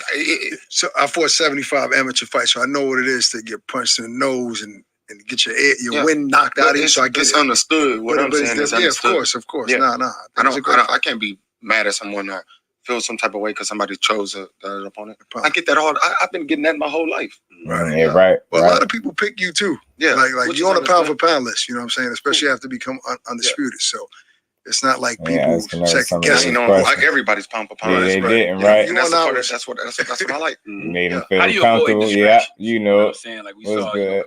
Agus Chavez, my bro in the building. Fuck with you a little bit. AJ can't do it. The hand speed Wilder for you. Wilder's athleticism too. I think. To your point, that's actually street shit. Yeah, that's not no in the ring. Correct. You just gotta stay locked in. That's how you get them there. To your point, how do you avoid distractions? You know what I'm saying? Like we saw, Khalid Plant and your brother. What do you call him? Khalid Plant. Like everybody's pound for pound. Right. You know, and that's the part what he just called him? I like. Yeah. How do you avoid distractions? You know what I'm saying? Like we saw, Khalid Plant and your brother get into it. Like that's gotta fuck with you a little bit. You know what I mean? Nah, not really. I mean, I wouldn't in there. To your point, that's actually street shit. Yeah. That's not no in the ring. Correct. You just gotta stay locked in. That's how you avoid distractions. And how you surround yourself and who you surround yourself with kind of make a big difference in leading up to a fight. So I don't. Mel ain't with that slapping stuff. They gotta get that one back. I don't know what they're gonna do. I'm talking my brother team. I don't know how they gonna do it. You go do it, or you hopefully you do it in the ring. But if you don't do it in the ring, Bole was good with it, bro. Like at the next weigh in, the next press conference. I don't know how you want to do it. Just get it back. Khalid, he called me Khalid Plant. You know, how upset were you to see that though? Like, did you want to get at Caleb for that? Not really, honestly, because I was kind of in the back before it started, and you know, Caleb, I put him aside, you know, and I swear to God, right before it happened, I say, hey, Caleb, you know, you got to do one or two things, you know, like you got to just lead a situation. And I gave Caleb a scenario. I say, hey, turn the other cheek, bro. You know, everybody will try to crucify Jesus. You talk shit about him. You got to just try to. It's like, I ain't Jesus. I'm Caleb. I'm like, all right. You talked to him after the? No, I talked to him before the slap actually happened. Yeah, so I actually was like, hey, come here, bro. We got off talking like, hey, yo, brother tripping. I'm like, some people, bro, you just gotta let 47 was good with it. I could have seen my brother, you know, spazzing out a little bit, getting mad and shit. And I didn't think that would, you know, as we leave, I didn't think it would go that far. And I thought Caleb kind of like humbled himself down and like, you know, fuck this guy. I'm not gonna. But you could understand why Caleb was upset. He described it on social media. He said that your brother grabbed his chin once and he said, don't touch me again in front of his wife. So there was that embarrassing fact that his wife is there. Then he did it again, and that's why he swung. You got to understand. Yeah, I understand it. I mean, like I said, like, you know, every man is for himself. Right. Especially in a situation like that. I don't think that, you know, however, you know, they got it, I would like just try to beat his ass. Like, you know, I don't know what I wasn't there. I was outside watching my lady get in there. You got to let two men square up after a man slap a man. Correct. You know what I'm saying? Like, everybody got to get out the way and say, y'all got to go at it. I think it's like, who the fuck is around you? Like, your boy's supposed to, like, my boys ain't letting that happen. Like, I'm not letting that happen. I'm the other twin. I'm the wrong twin. So I know for a fact that, like, I'm going to jail. I'm doing everything I can. I'm not playing that shit. You're not putting your hands on me. Like, I'm outside the ring. I'm not. Man, look, let's go. Like, I'm gonna go crazy the whole way through. You know what I'm saying? Did y'all go looking for him after? I ain't got nothing. I ain't involved in that one. That wasn't my fight. My battle to fight. I got big fish. Let's not say fish. We ain't gonna talk about it. I got a big fight to happen. You know what I'm saying? Yeah. So I ain't gonna mess up my bag. Your ladies was fighting? Yeah. He knew Maul deserved that side. Yeah, Derek James said it. Nah. Some people got to get their ass whooped sometimes. So couldn't you say the lady got hands? It's safe to say that. They couldn't wait till y'all got home though. Nah, bro, it had to happen. Right? It was due time. It was due time. Jesus, it was due time. You and your brother talking about that already? Nah, not at all. Like, it is. We talk about that. So you haven't spoken to him since that day? Nah, I haven't spoken to him. Yeah, my girl. Jermell gets slapped by her. Got into a little battle downstairs too. So she ran up on her with a. But I say this: the difference between them, right? King 47. We trained together. It wasn't like we work out. Mel and Maul and Caleb Plant. That was an open hand. That was like a punch open hand. Thanksgiving is we don't forgive. We don't forget. We forgive, but we don't forget. Damn. Yeah. You think it's a possibility that you might never go back down? Like, if you were to beat Canelo at 168, there are other big fights out there like Benavidez, maybe Caleb Plant, that you might just stay there? Nah, man. I want to fight Terence Crawford, but Terence Bud Crawford, yeah, man. Oh, okay. So now you really want that? What did you just call that, man? He tripped out. Nah, man. I want to fight Terence Crawford. Carl Buffer. You can't say you want to fight Terence Carl Buffer. So now you really want that? That's wild. We going back. I'm gonna fight with the world because you know I did it all. I accomplished a lot. He has accomplished a lot. That was Mel. Like, he got. What more can we do? But all fight, make some money and have fun now. Like, you know what I'm saying? And that's what it's about. Right. Win your shit. Get the best that you can do. You know, just and it's hard to win one title in boxing. Right. It's hard to put the sanctioning bodies and get everybody on one page and let the champions fight. So when Bud Crawford decides that he want to come meet me where I'm at, I'm going to make it happen. I'm not, turning none of that shit down. He got to go see my man Earl again. He want his lip back, and that's what's going to happen. And then if that don't ever happen and Crawford want to go test the waters of the higher weight, we can do that. You know, I'm with whatever. But 150, I mean, when fighters usually go up 2 weight classes, it happened to Roy Jones Jr. He went up to heavyweight, came back down, got knocked out by Antonio Tarver. When Kell Brook went up to 60 to fight, you know, Gluffin came back down to 147. Your boy, every fighter is different. It's different, but I'm saying you don't think that affect you going up to 160. I don't know what kind of curse you talking about. Not necessarily a curse. It's just physics. Yeah, like weight, like getting ready to fight at 168 and go all the way back down. That's not going to affect you. No, you claiming that right now. Yeah, got it. What is the science of that though? Like, what is the science? Like, why does it impact you so much when you go up and down? Man, I have a good doctor, especially Dr. Louis Olin. He kind of got everything planned out, written down. Him and his wife, they really strong on how we gonna do it. And if this is the future plan, we're gonna make it happen. I got great system behind me. Right. You know, I train with Juan Guzman. You know, like I train with Derrick James. We got power. We got speed. We got, man, it's fun, bro. This is what it's about. Yeah, so he feel like he got the right team. I don't care about what they thinking and all these statistics and all this. You know, and you get in touch. That's a distraction. What you talking about? That's gonna you get caught up into what they thinking and saying. You focus on what you're doing and how you do it. You get somewhere. Yeah, but people, honestly, man, your legacy, you got to respect you as a fighter. To say you're going to go up 2 weight classes to fight Canelo and to say I'm going to go back down to fight Bud. That's incredible. Hell yeah. That's different. And it got to happen. It got to be done. That's how I see it. It got to be done. And whoever in the way, in the midst of it, they just get ran over. Yeah. But you know they got to go because you got TV. But you got one more question? No, I was going to ask if Bud were to fight Tim Tszyu, which is, I guess, one of your arch nemesis, even though you haven't fought him yet, how do you think that fight will play out? I don't know, because I don't know. They both can't fuck with me, so I don't care. Yeah. Well, it's Jermell Charlo. Good luck with your fight. September 30th. September 30th. Make sure you get it pay-per-view showtime. That was another good, nice, cool interview from the Breakfast Club. There you go. We had both interviews, both Mel and Canelo. He said, "Hope nobody pops dirty before the fight." Yeah, man, they better not. Facts. Salute the Peach was good with it. Bust up Charlo too, but it will be more competitive than Spence.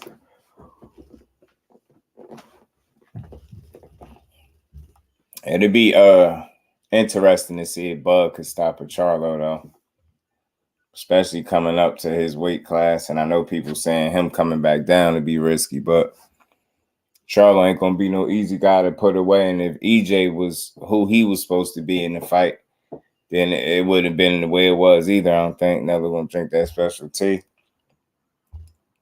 His ass gonna get sent through the ringer if he do that, bro. Sent through the ringer if he do that, but we'll see. I mean, salute to Charlo. Look, something else that I did see Charlo speak on. You know, that's why I played that little clip. I'm gonna play it again real quick of what he said, man. But and what led everything I can for y'all fans to make sure that fight happens. So if Crawford come up to my weight division or come to wherever I'm at and we meet halfway and we got good negotiations, because I don't got time to be playing them games that he did with Earl and taking forever and taking real long. I ain't here for that. I'm gonna fight. I want to keep fighting, get in. I want to present more fights to you guys, and I guess I'm holding it down for the Charlos, right? So I'm gonna keep going. And you see, he's saying, you know, he come up to his weight. PBC putting on for Boxing Facts. See, he said, you know, we come up to his weight class. That negotiation stuff can't take too long. How he did with Earl, like he ain't with none of that. But he also alluded to being willing to fight Benavidez and Caleb Plant at this weight class. You get at 68. So those are another couple interesting fights. And again, just look how interesting boxing gets. You get what I'm saying? And he's saying if that fight is to take a while, I mean, the Crawford fight, he looking at other stuff. You get what I'm saying? You're already looking ahead. Who the hell would have ever pictured seeing Charlo fight Benavidez and Mel Charlo at that? Who had ever pictured Mel Charlo possibly fighting a Caleb Plant? You get what I'm saying? So those matchups would be crazy. Those would be some crazy good matchups, I think. And all possibilities is on, man. Salute to my bro, Mike Kirkland, man. Always showing love back in the super chat. Thanks for playing both interviews because you heard either one. Yeah, no doubt, bro. I figure we might as well listen to him because this is the fight that's coming up. And it was some other little interesting things inside the interviews. Like you heard Canelo speak about the 4 or 5 years he feel like he got left. You heard Charlo, he got plans, man. Charlo got some big plans. So we're gonna see if he can make this stuff shake. But he definitely got a tough task in front of him with Canelo. And we ain't never got to box again. Well. I already been getting these bets, but now it's time for you to get your just due. Appreciate you, Chop. Salute, bro. We appreciate you, fam. And Gary Russell. I said Gary Russell. Gary Russell said he want to fight Monster anyway. He said he want the tank fight. He want to fight Monster anyway. It sound good, but whatever. I say let's see Andre box Benavidez. He might get robbed.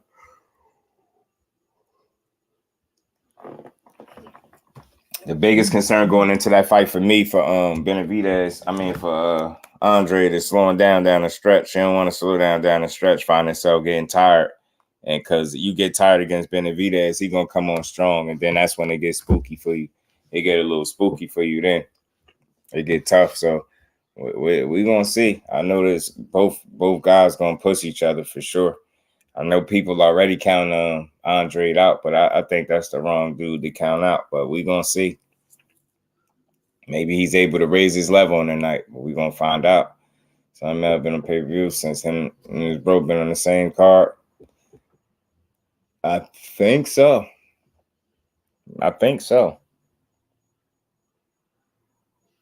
Yeah. I believe so, Teach. I believe so, bro. So we're going to see, man. Possibilities is endless.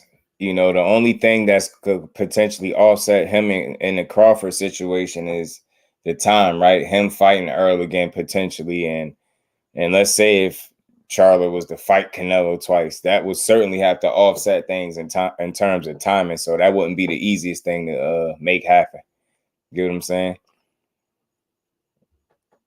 They won't be able to rob him. Yeah, right.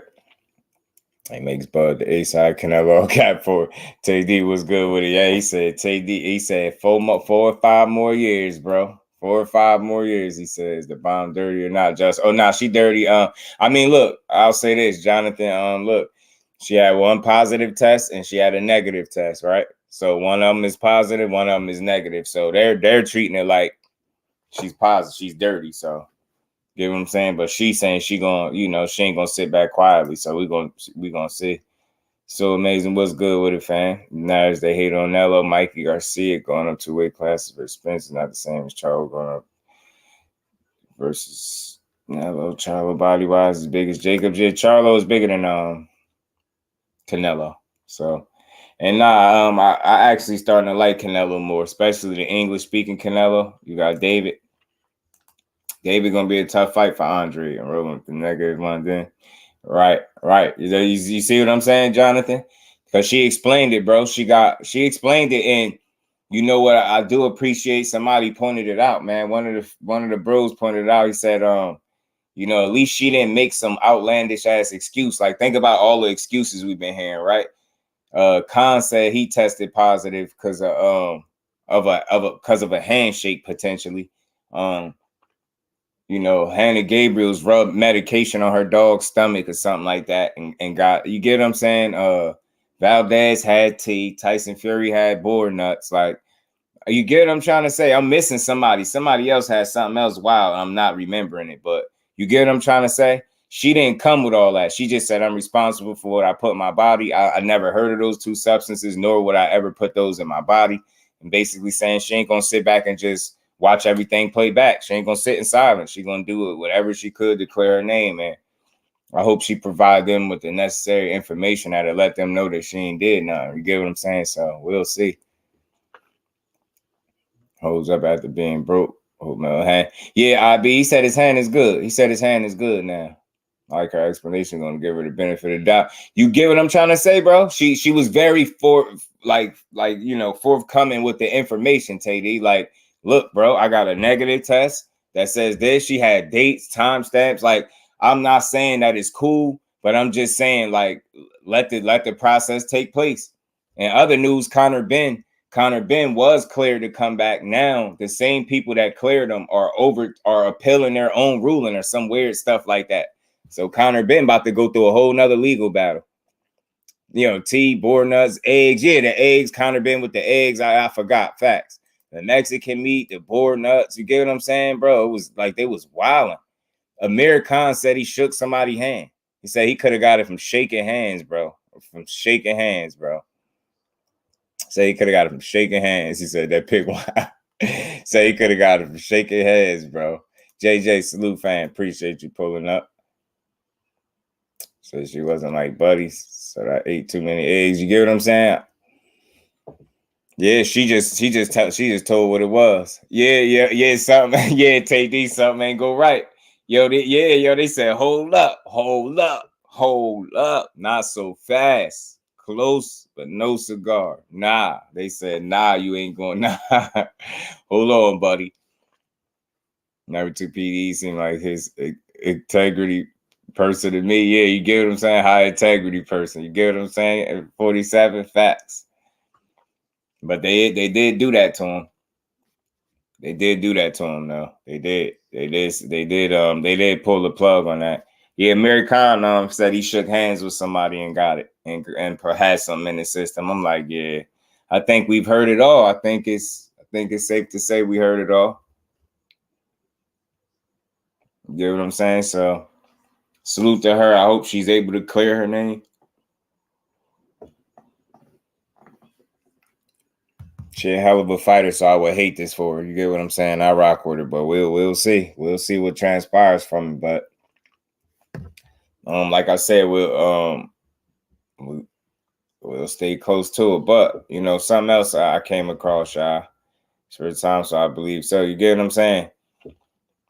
Something else I came across too, y'all. Bob Arum, and y'all let me know what y'all think about this. Bob Arum said he's willing to make Teofimo Lopez versus Teofimo versus Ryan Garcia, depending on Ryan Garcia's relationship with Oscar.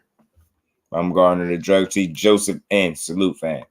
Yeah, man, she's unfortunate, man. He had to shake hands with Arnold Schwarzenegger, right? Flossy Sports TV. What's good, my bro? How you feeling? Appreciate you sliding through.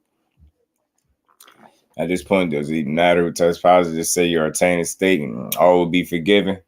Right, man. Like, it's crazy. It wasn't nothing wilder than, test somebody, Nello testing positive for clenbuterol and then them raising the limits. That was wild. Nope, PACQUIAO. Nope, both samples. Nope. She got a positive and a negative, bro. She got a positive and a negative. And they saying, I did hear somebody say one of them joints could be contaminated. You just don't know, right? You know what I mean? She do got a positive and negative. Ty, what's good with it, fam? Appreciate you stopping through. She innocent, man. They always trying to target us. Salute to you. Appreciate you stopping through. Y'all smash that like button, sub to the channel if y'all haven't. We just gonna keep going. Tia and Ryan are friends. I don't like that fight. They act like they not, though. Tia versus Garcia, good fight. I like it, right? Definitely has a case. Yeah, you get what I'm saying, Keller? One positive, one negative. And she presented, she was very forthcoming, like, and upfront with the information, bro. She ain't tuck her tail. I ain't saying taking steroids at all or any banned substances is cool in any way, shape, or form. But I do respect the way she approached and got in front of this situation. She didn't tail tuck and try to act like she ain't know what was going on. Nah, she went and put out a real statement, just putting out the facts. You got a positive and a negative. So she never heard of this. She wouldn't put the stuff in her body. But even though, that she don't feel like she's done that, she says she's responsible. You get what I'm saying at the end of the day. But she ain't sitting back quietly. She says she's going to fight this situation. So I hope she's able to fight it in a manner that's able to prove her being innocent of any wrongdoing. You get what I'm saying? Or being cleared of any wrongdoing. You know what I'm saying, Joe? You know what I'm saying? And they said something specifically about the urine samples, too. One of the two. It was one out of the two samples. They had two samples. One was good, one wasn't. Get what I'm saying? I think the earlier sample was clean, but then the later one wasn't. It just don't even make sense when you think about it that way. You get what I'm saying? That's just being real. And that's her putting the real information out there. And all that stuff is stamped and sealed. And it's an official, the official report is out there and you can see it and all that. Always got a place to sit on, man. He ties, so shout out. You take blood and you at the same time. Both should be the same, right? That's what I'm saying, Kello. And then the dates is different. She had dated them. I just deleted them out of my brand section, yo. I didn't think that was gonna come back up, but yeah, she did. She did drop a statement, man. Get my own party testing down every fight as well, so Eddie Hearn couldn't set me up. Yo, cause you know what, 47, you saying that like that's how Dillian White feel. Dillian White just tested positive, right? And he feel like it's something going on with that too. He feel like, you know what I'm saying? She get tested again ASAP, right? That's how I feel. That's how I feel. He dive like Kovalev did, and my truth versus the vibe. Another can kiss my eyes. Nah, Charlo ain't gonna take no dive though. Yeah, y'all smashed that like button for me. Charlo ain't taking no dive. He ain't selling out for the bag. He gonna try to win. Best believe that. Charlo ain't laying down. That ain't how he ain't built like that. He gonna try to win. Right. We love Bumgarner, man. We love Bumgarner. My thing is I hold people accountable, but I don't kick people while they down. So it's no different with her. But once this situation is resolved or not, then we'll really be able to proceed with what it is, we'll be able to call it a little bit better. But right now it's still early. And I'm just a logical, fair, realistic, fair person. I'm not going to just throw somebody under the bus when they clearly jumped in front of the situation and it says one test that's good and one that's not. It is what it is. I ain't making no excuses for it, but I'm just saying, you know what I mean? You at least got to take that into account. Why wasn't the other test a positive too? You get what I'm saying? That's all I'm saying. I think realistic, logical person, I had that as a question, right? Like, you get what I'm saying? He said, the only thing she probably took was ass shots. The contract, the lab, let them do the drug test and seemed like it was happening. Oh, yeah. With false positives. You're right, baby girl. The false positives when that was happening, Ryan versus Teofimo. Yeah, Bob Arum said he's willing to make that fight depending on the relationship of Oscar and Ryan. Said he looking to make big fights for Teofimo, and he felt like that'd be one of them. Him and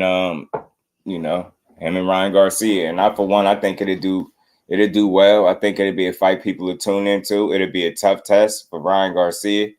It'd be unexpected. I think it'd do well number wise. Think it'd do very well, to be honest with you, and it'd be a fun fight to watch.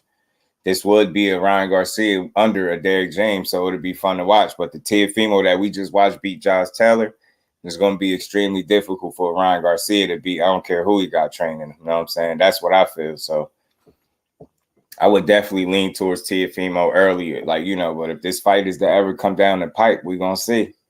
Maybe Ryan gets some more fights under his belt and gets some more experience. Who knows? Becomes a much better fighter. Who knows? Right? It's wishful thinking. But right now, Teofimo seemed dangerous. He seemed like he's able to operate.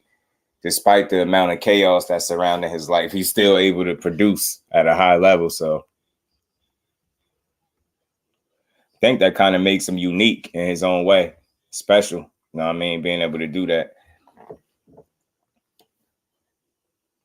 Joseph, I don't know what it is. He don't want to fight Arnold Barboza, bro. He don't want nothing to do with no Arnold Barboza. I don't know what it is, but I feel like if Arnold Barboza keep winning, at some point, like, you got to run into each other.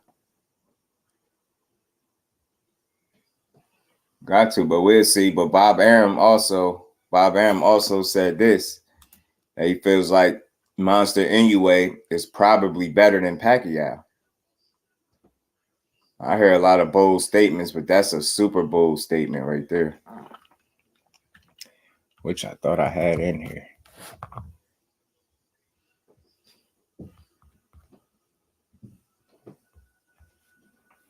Yeah, I think Inoue on the level of Pacquiao already. Bob Arum thinks so.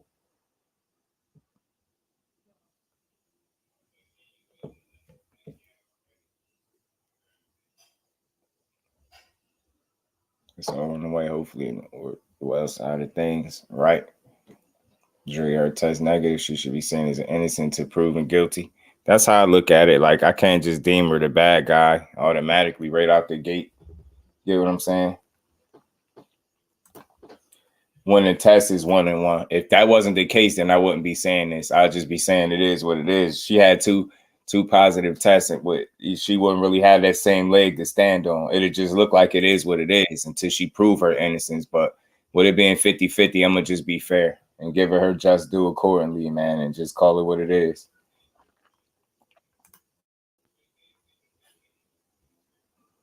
I'm talking like Bill Haney always selling, right, Mike. He don't take his salesman hat off too much. Someone passes 3 and fails 1 something wrong with the testing in itself. That's what I'm saying. It could be a contaminated test. Who knows? But yeah, this is what Bob said. Bob said Inoue is a tremendous fighter, probably better than Pacquiao was. How?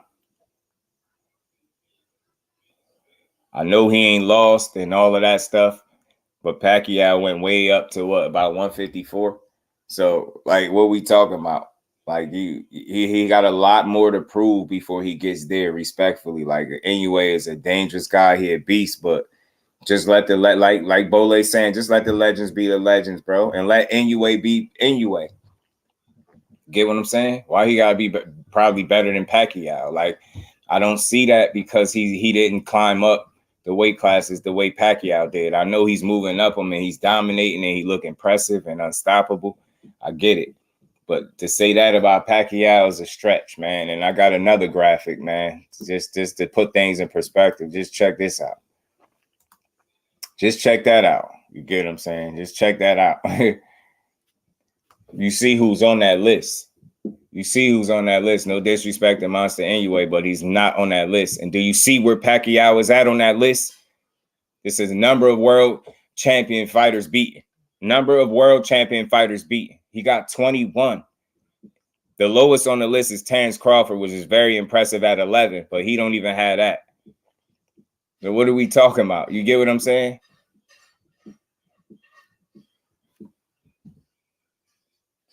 And I want people to know that this is an updated list because Terence Crawford, you see Errol Spence is the most recent win. They have that for him. You get what I'm saying? They have it. So just look at it. He's not up there. That's a slap in the face to Manny Pacquiao right now. It's so premature to even say that. And again, I know what your job is. Your job is to promote and sell, and that's exactly what you're doing. You get what I'm saying? That's what you're doing with Monster anyway. Yeah, Al Booger, it's a nice list, man. He said Bud need to catch up. Yeah, Flo. But then again, and this is no slight to Bud, but this was for all the people that's putting him on the same level of Mayweather. Just look at the difference, bro. He got more than double the amount of world champion fighters beaten. Now Bud's career ain't over, and he did his thing. Like, you can't slide 11 is great. You get what I'm saying? His career ain't done. He could still add more to the list potentially. You get what I'm saying? But 23, 21, 18, that's wild. That's a lot of world champions, bro.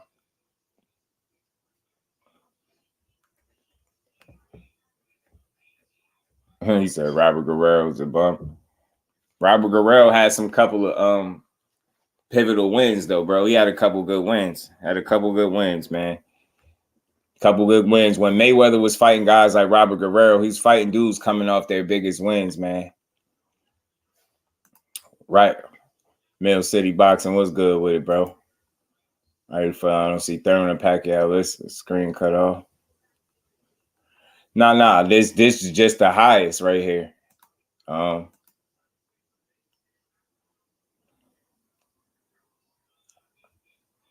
Oh, you saying it's not Thurman or Pacquiao on the list? But you see the number, man. My point is, you don't see Inoue up here. And that's not because he's not a great fighter, but that's because people have achieved far more than him. And the fighter that's really in question here, aside from the other three, is Manny Pacquiao. I don't think you can say he's on the level of a Manny Pacquiao. And I know key word right there, he said probably better. So, you know, make of that what you will. I think that's just Bob Arum being a promoter and having his promoter hat on, but I ain't buying it though. He's selling it, but I ain't gotta buy it. You get what I'm saying? And I'm not buying that. Pacquiao be third in the world championship, be 22 there. No. Maybe.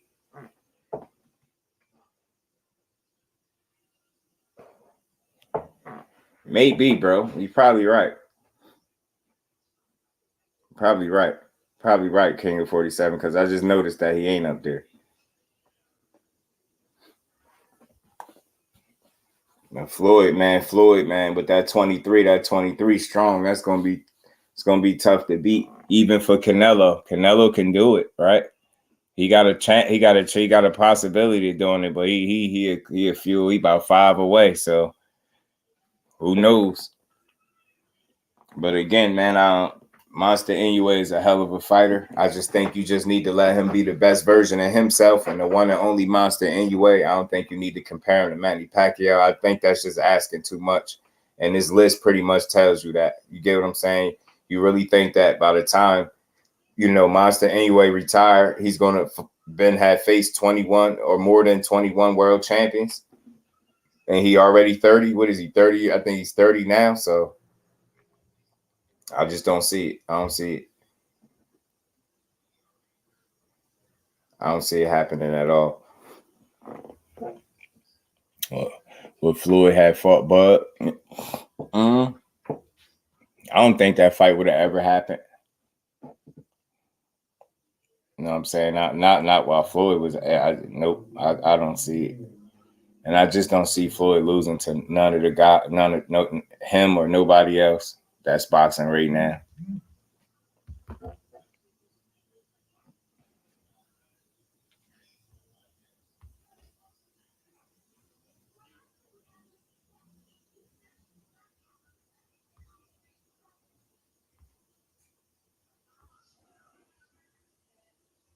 I ain't picking Canelo beat Manny's record. I don't know Floyd's though.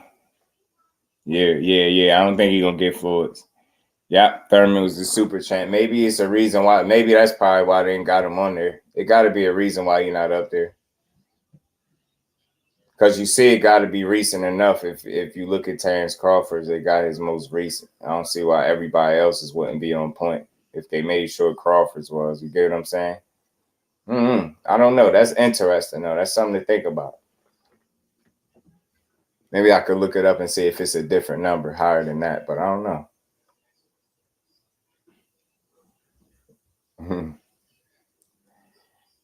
Joseph, you really think Paul Williams would have beat Floyd and Winky Wright? Winky Wright just didn't have the IQ, yo. He just wouldn't have did it. He don't have the offensive arsenal to beat a Floyd. That high guard ain't gonna cut it. Floyd would have picked him apart, and Paul Williams is just, he throws so many punches, he leaves so many openings. Like, you get what I'm saying? If you just look at the Paul Williams and Erislandy Lara fight, go look at that. Go look at when Paul Williams fought Lara, and then you tell me if you think he would have beat Floyd. And then Winky Wright, I mean, I just speak for itself. He's a damn good fighter, bro, but he just didn't have enough. There's no way he would have beat Floyd, in my opinion. And I don't think size would have mattered. For 135 beats Bud, but at 147, he's ducking that fight. Floyd, in my opinion, Floyd beats Bud in any weight class that he would have fought him in. Brother Vicari was good with it. Victor Ortiz, Robert Guerrero, Marcus Maidana, just named 3 B-level fighters on that former champions list. I mean, but you know, champion's a champion, bro. You get what I'm saying? Everybody can't be A-level. You get what I'm saying? Just because you ain't A-level don't mean you ain't valid. You get what I'm saying? A B-level fighter is still a damn good fighter. A damn good fighter. You get what I'm saying? The only higher up than a B is an A, obviously, right? B-level fighter is not bad. You get what I'm saying? Some guys never even get to that situation where they become a champion. You get what I'm saying? Think about the percentage of fighters that don't become champions as opposed to the ones that do. Floyd ducked Margarito, him, and advised Floyd to do that. Floyd would have beat Antonio Margarito too, man. No come forward guy that just throw a bunch of punches, a damn punching bag, that a guy that's that defensively irresponsible is going to be the Floyd Mayweather. They're all will make good fights, but nobody is going to convince me none of those dudes that people claim Floyd ducked, like they would have beaten. Margarito, just way too many holes in his game. Paul Williams, a hell of a fighter, hell of an offensive talent, but when you think of those guys, they're offensive fighters. You need more than just offense to beat Floyd, man. You got to think that's just one aspect. I know that's why y'all picking those fights, and you know, yeah, Paul Williams this, yeah, look how Lara did him. Look how Lara did Paul Williams. I love Paul Williams. Look, go watch it. Y'all probably didn't even see that fight. Probably never even seen it. Go look it up. I urge anybody, if you didn't see it, I can't tell y'all what y'all didn't see. If you didn't see the fight, go watch Lara versus Paul Williams and tell me what y'all see. And then get back to me and tell me if you think he would have beat Floyd. You know what I'm saying? So, and then again, for Margarito, another one, offensive powerhouse, you get what I'm saying? But just no defensive awareness. Like, hey, he blocked punches with his chin and face and head. He got this. This is why this same guy, this Margarito guy that people be bringing up, that's the same guy who got his eye rearranged by the much smaller Manny Pacquiao. You think he would have beat a Floyd Mayweather? He'd have got outboxed bad. He wouldn't have got stopped and nothing like that. He'd have got his head boxed off. He'd have got embarrassed to me. Just wait. He make way too many mistakes. What we're talking about here are guys that were really good fighters. And then when you talking about a Floyd, you talking about a God-gifted fighter as opposed to really good fighters. It's just a different level. That's why I don't see how y'all so confident that these dudes that suffered multiple losses from lesser talents than Floyd would have actually beat him. You get what I'm saying? Styles make fights when you're able to implement said style. You have to be able to implement that style. You could come in the ring with whatever style you want, but if you can't implement that style, you won't be successful. And what is Floyd good at doing? Taking away your strengths. The things that you do the best, he take them away from you. He strip you of your best attributes and he beat your ass. And we've seen it 50 times before. You get what I'm saying? We seen this shit 50 times before. All these dudes that y'all mentioned that got losses, multiple losses, and beat by other people that is, you get what I'm saying, is nowhere near on the level of a Floyd Mayweather.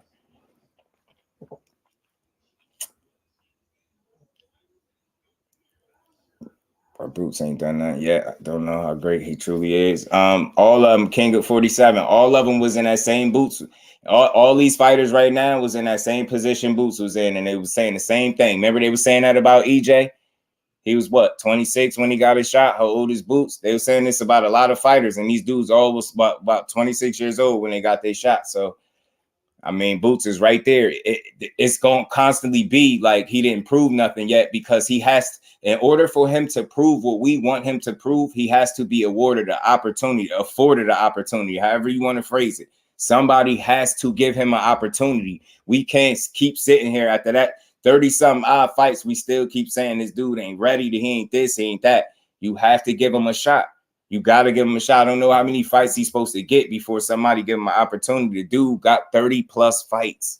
You get what I'm saying? And he won them all impressively. So it's like somebody that says something. He dominated every single fight he's been in. He dominated.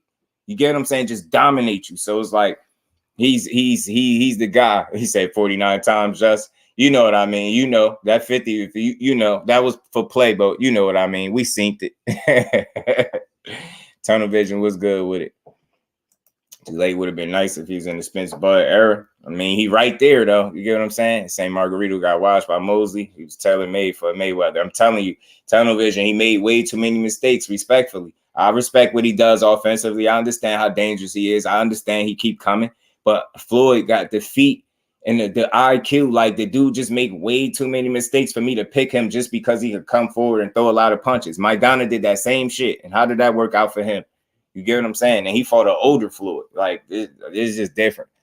It's just different. And to be compared, his career was done. I'm talking about the time when he fought. Best to be made. Who you talking about? Margarita versus who? Who Keyshawn fighting? Keyshawn fighting, what is it, October 14th, his next fight, I believe. Boots been ready. He absolutely is ready, man. They got to give him an opportunity. Marvin Hagler didn't get a title shot until he was 50 fights into his career. That's wild. That's wild. Add salute to you, bro, for that Snapple fact right there. That's wild. That's wild if that was the case. That's the case. I ain't never think of that. It still gave Floyd fits. I'll say this, Joseph, shit happens like that sometimes. Yeah, sometimes. Yeah, but it shouldn't be like that in today's boxing because it's a chance that he might not even, well, who knows with Boots, but with 50 fights, but, you know, that's probably within, you know what I mean, his grasp because he's more than halfway there, but who's to say he'll even make it till 50 fights for real. So I definitely think people need to give him an opportunity. But as far as Castillo giving Floyd fits, the first time when Floyd had this show, I think it was a shoulder injury he went into that fight with. That fight was closer. The next time around, not so much. You get what I'm saying? That's why I appreciated Floyd because the fights that was close like that, he gave people their rematches. You know what I mean? That people thought was close. You know what I mean? That one actually was a good fight.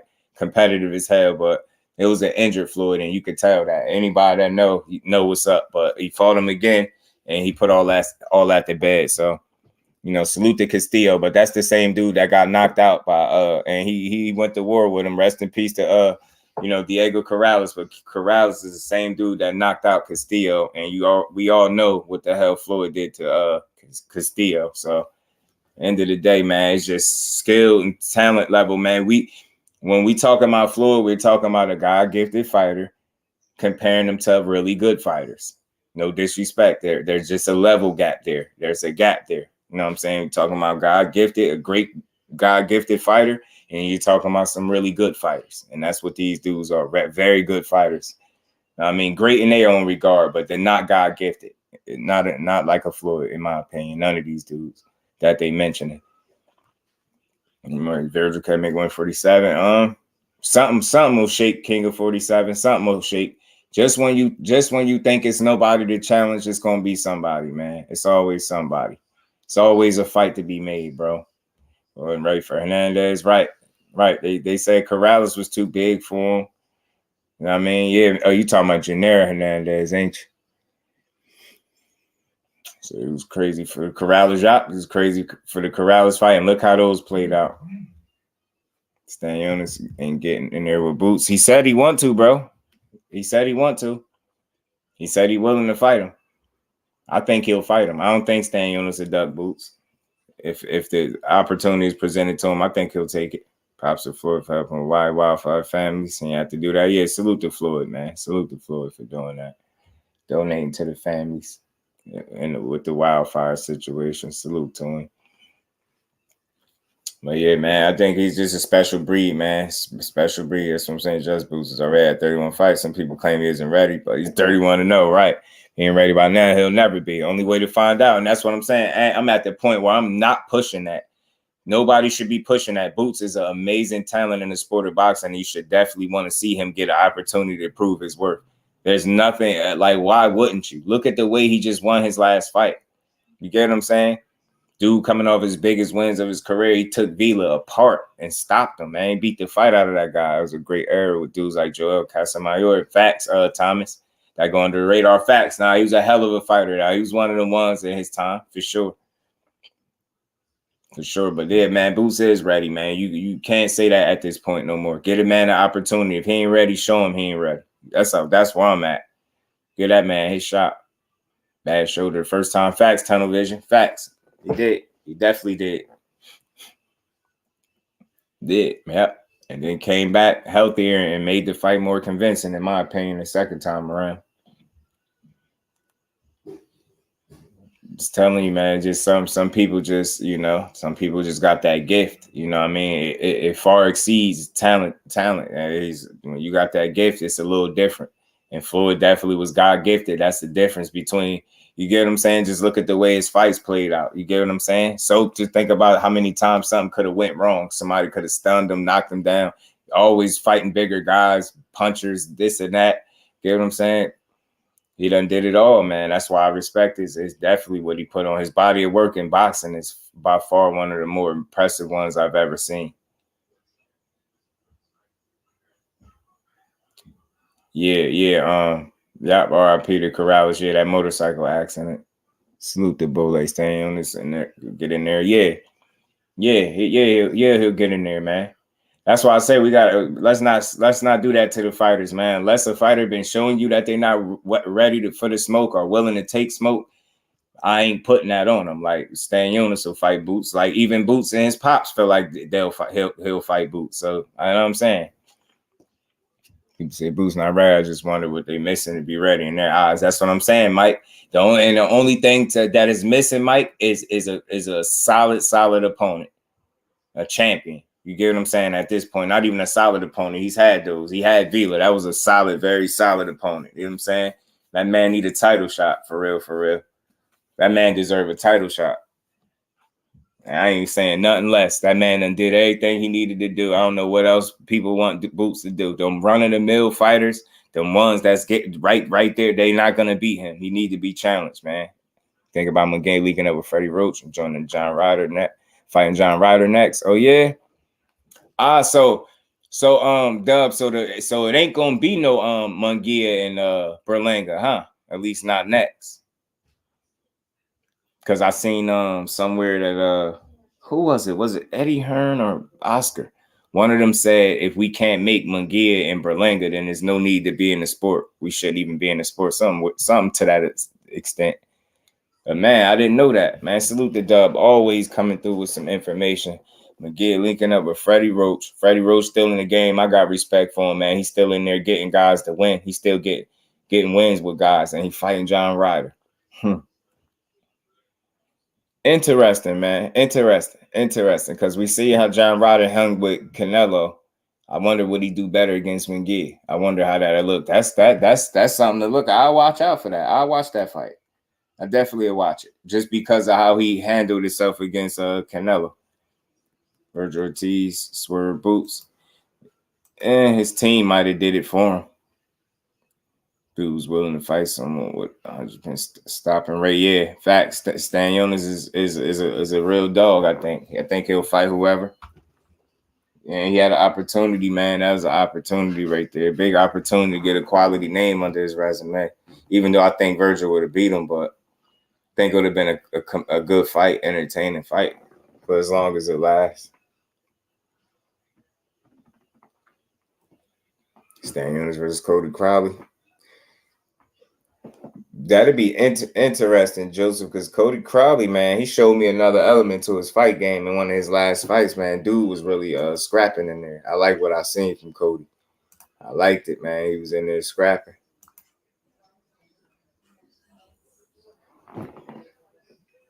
That Bumgarner, that pick, though.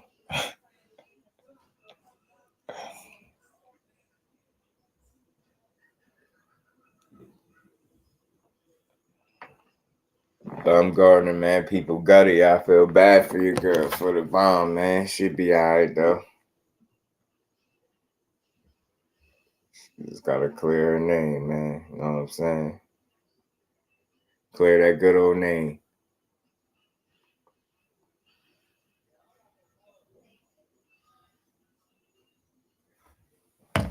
We gonna see, man. Let me see. Cause I ain't gonna be here too much longer. Let me wrap this up. But like I said, man, we got this. Y'all seen the interviews from the Breakfast Club from both Charlo and Canelo. So I think we, at the very least, we know we got us a good fight coming up. I like the little press run, if you could call it that, that they're doing. You know, promoting the fight. I like this English-speaking version of Canelo a lot more. It's impressive to hear him speaking as clearly as he is nowadays, where he don't need a translator for the most part. So I think that's dope. I think the temperament and the energy of the Fish Grease was good with it, fam. I think the temperament and the energy of this fight still is all respect on both sides.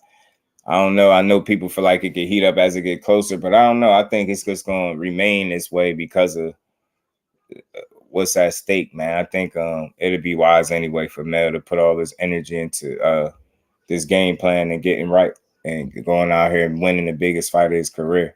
I think that's what's most important, man, more so than actually selling it, man. Maybe this fight in a strange way sells itself because of the two guys that's going up against each other, right?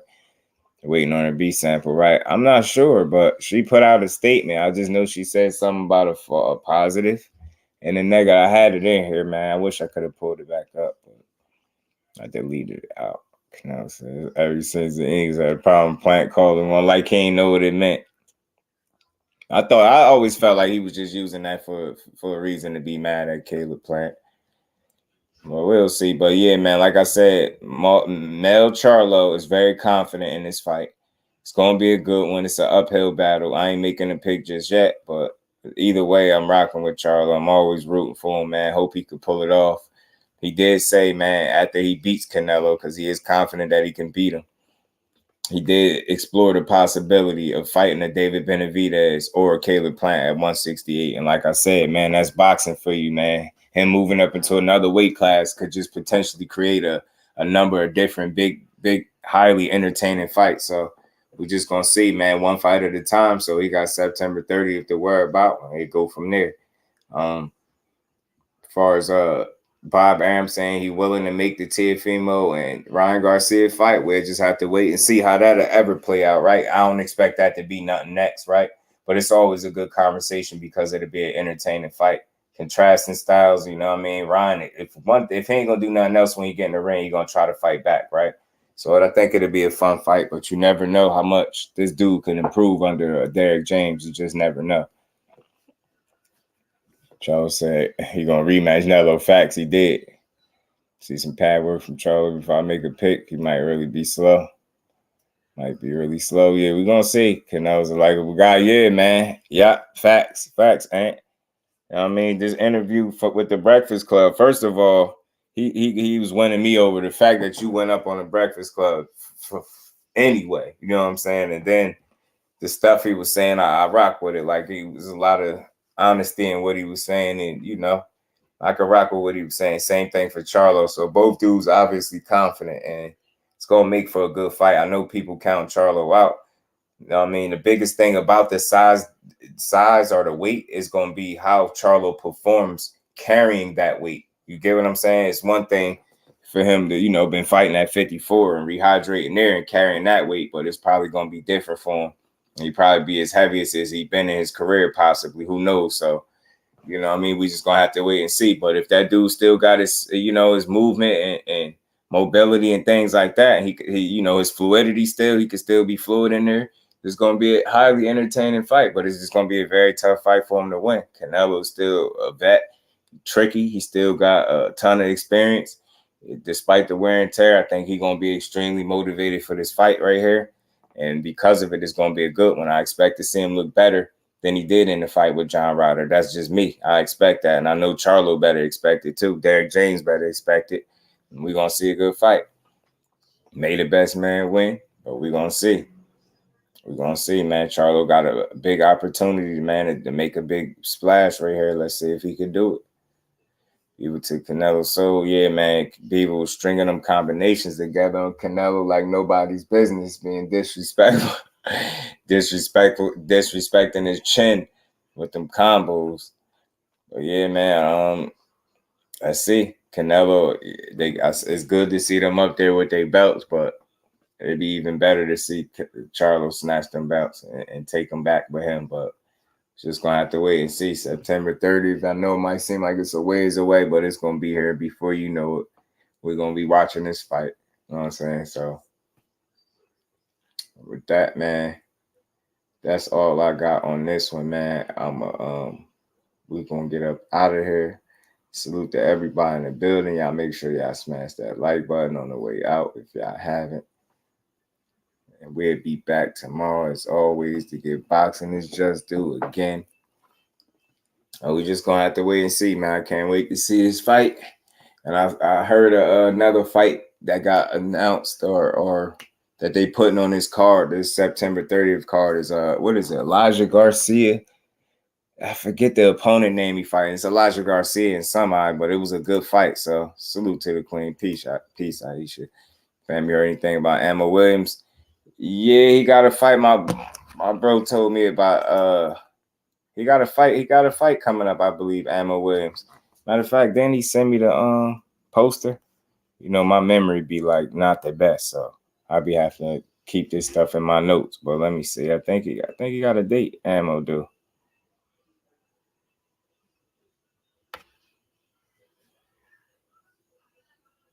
Think Ammo fight on the Jose Zepeda and Richardson Hitchens card. I think. Yeah, Ammo fight Steve Rose September 23rd, Fish Grease. I knew I wasn't tripping. Yeah, I think Dub had sent that to me and let me know that a minute ago. He said that before they released it. So yeah, Ammo will be back September 23rd, and that's the same card as Hitchens and Jose Zepeda, y'all. Salute to the Queen, Miss Joette. Man, you have a great night as well. Garcia is fighting a guy who stopped Hurd in his last fight. Is that the guy? Got a solid record, the dude he fighting, so that should be a good fight. But that's just another fight on that card. No doubt, Fish Grease, yeah, man. Ammo is back. I know you wanted to see him back. He fighting, Steve Rose, so that should be a good test for him. Nice little test.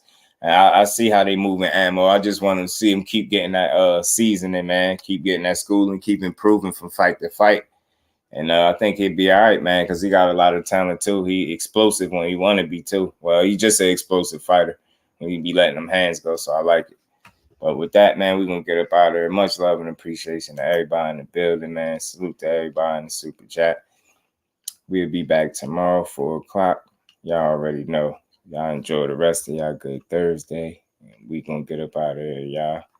Peace.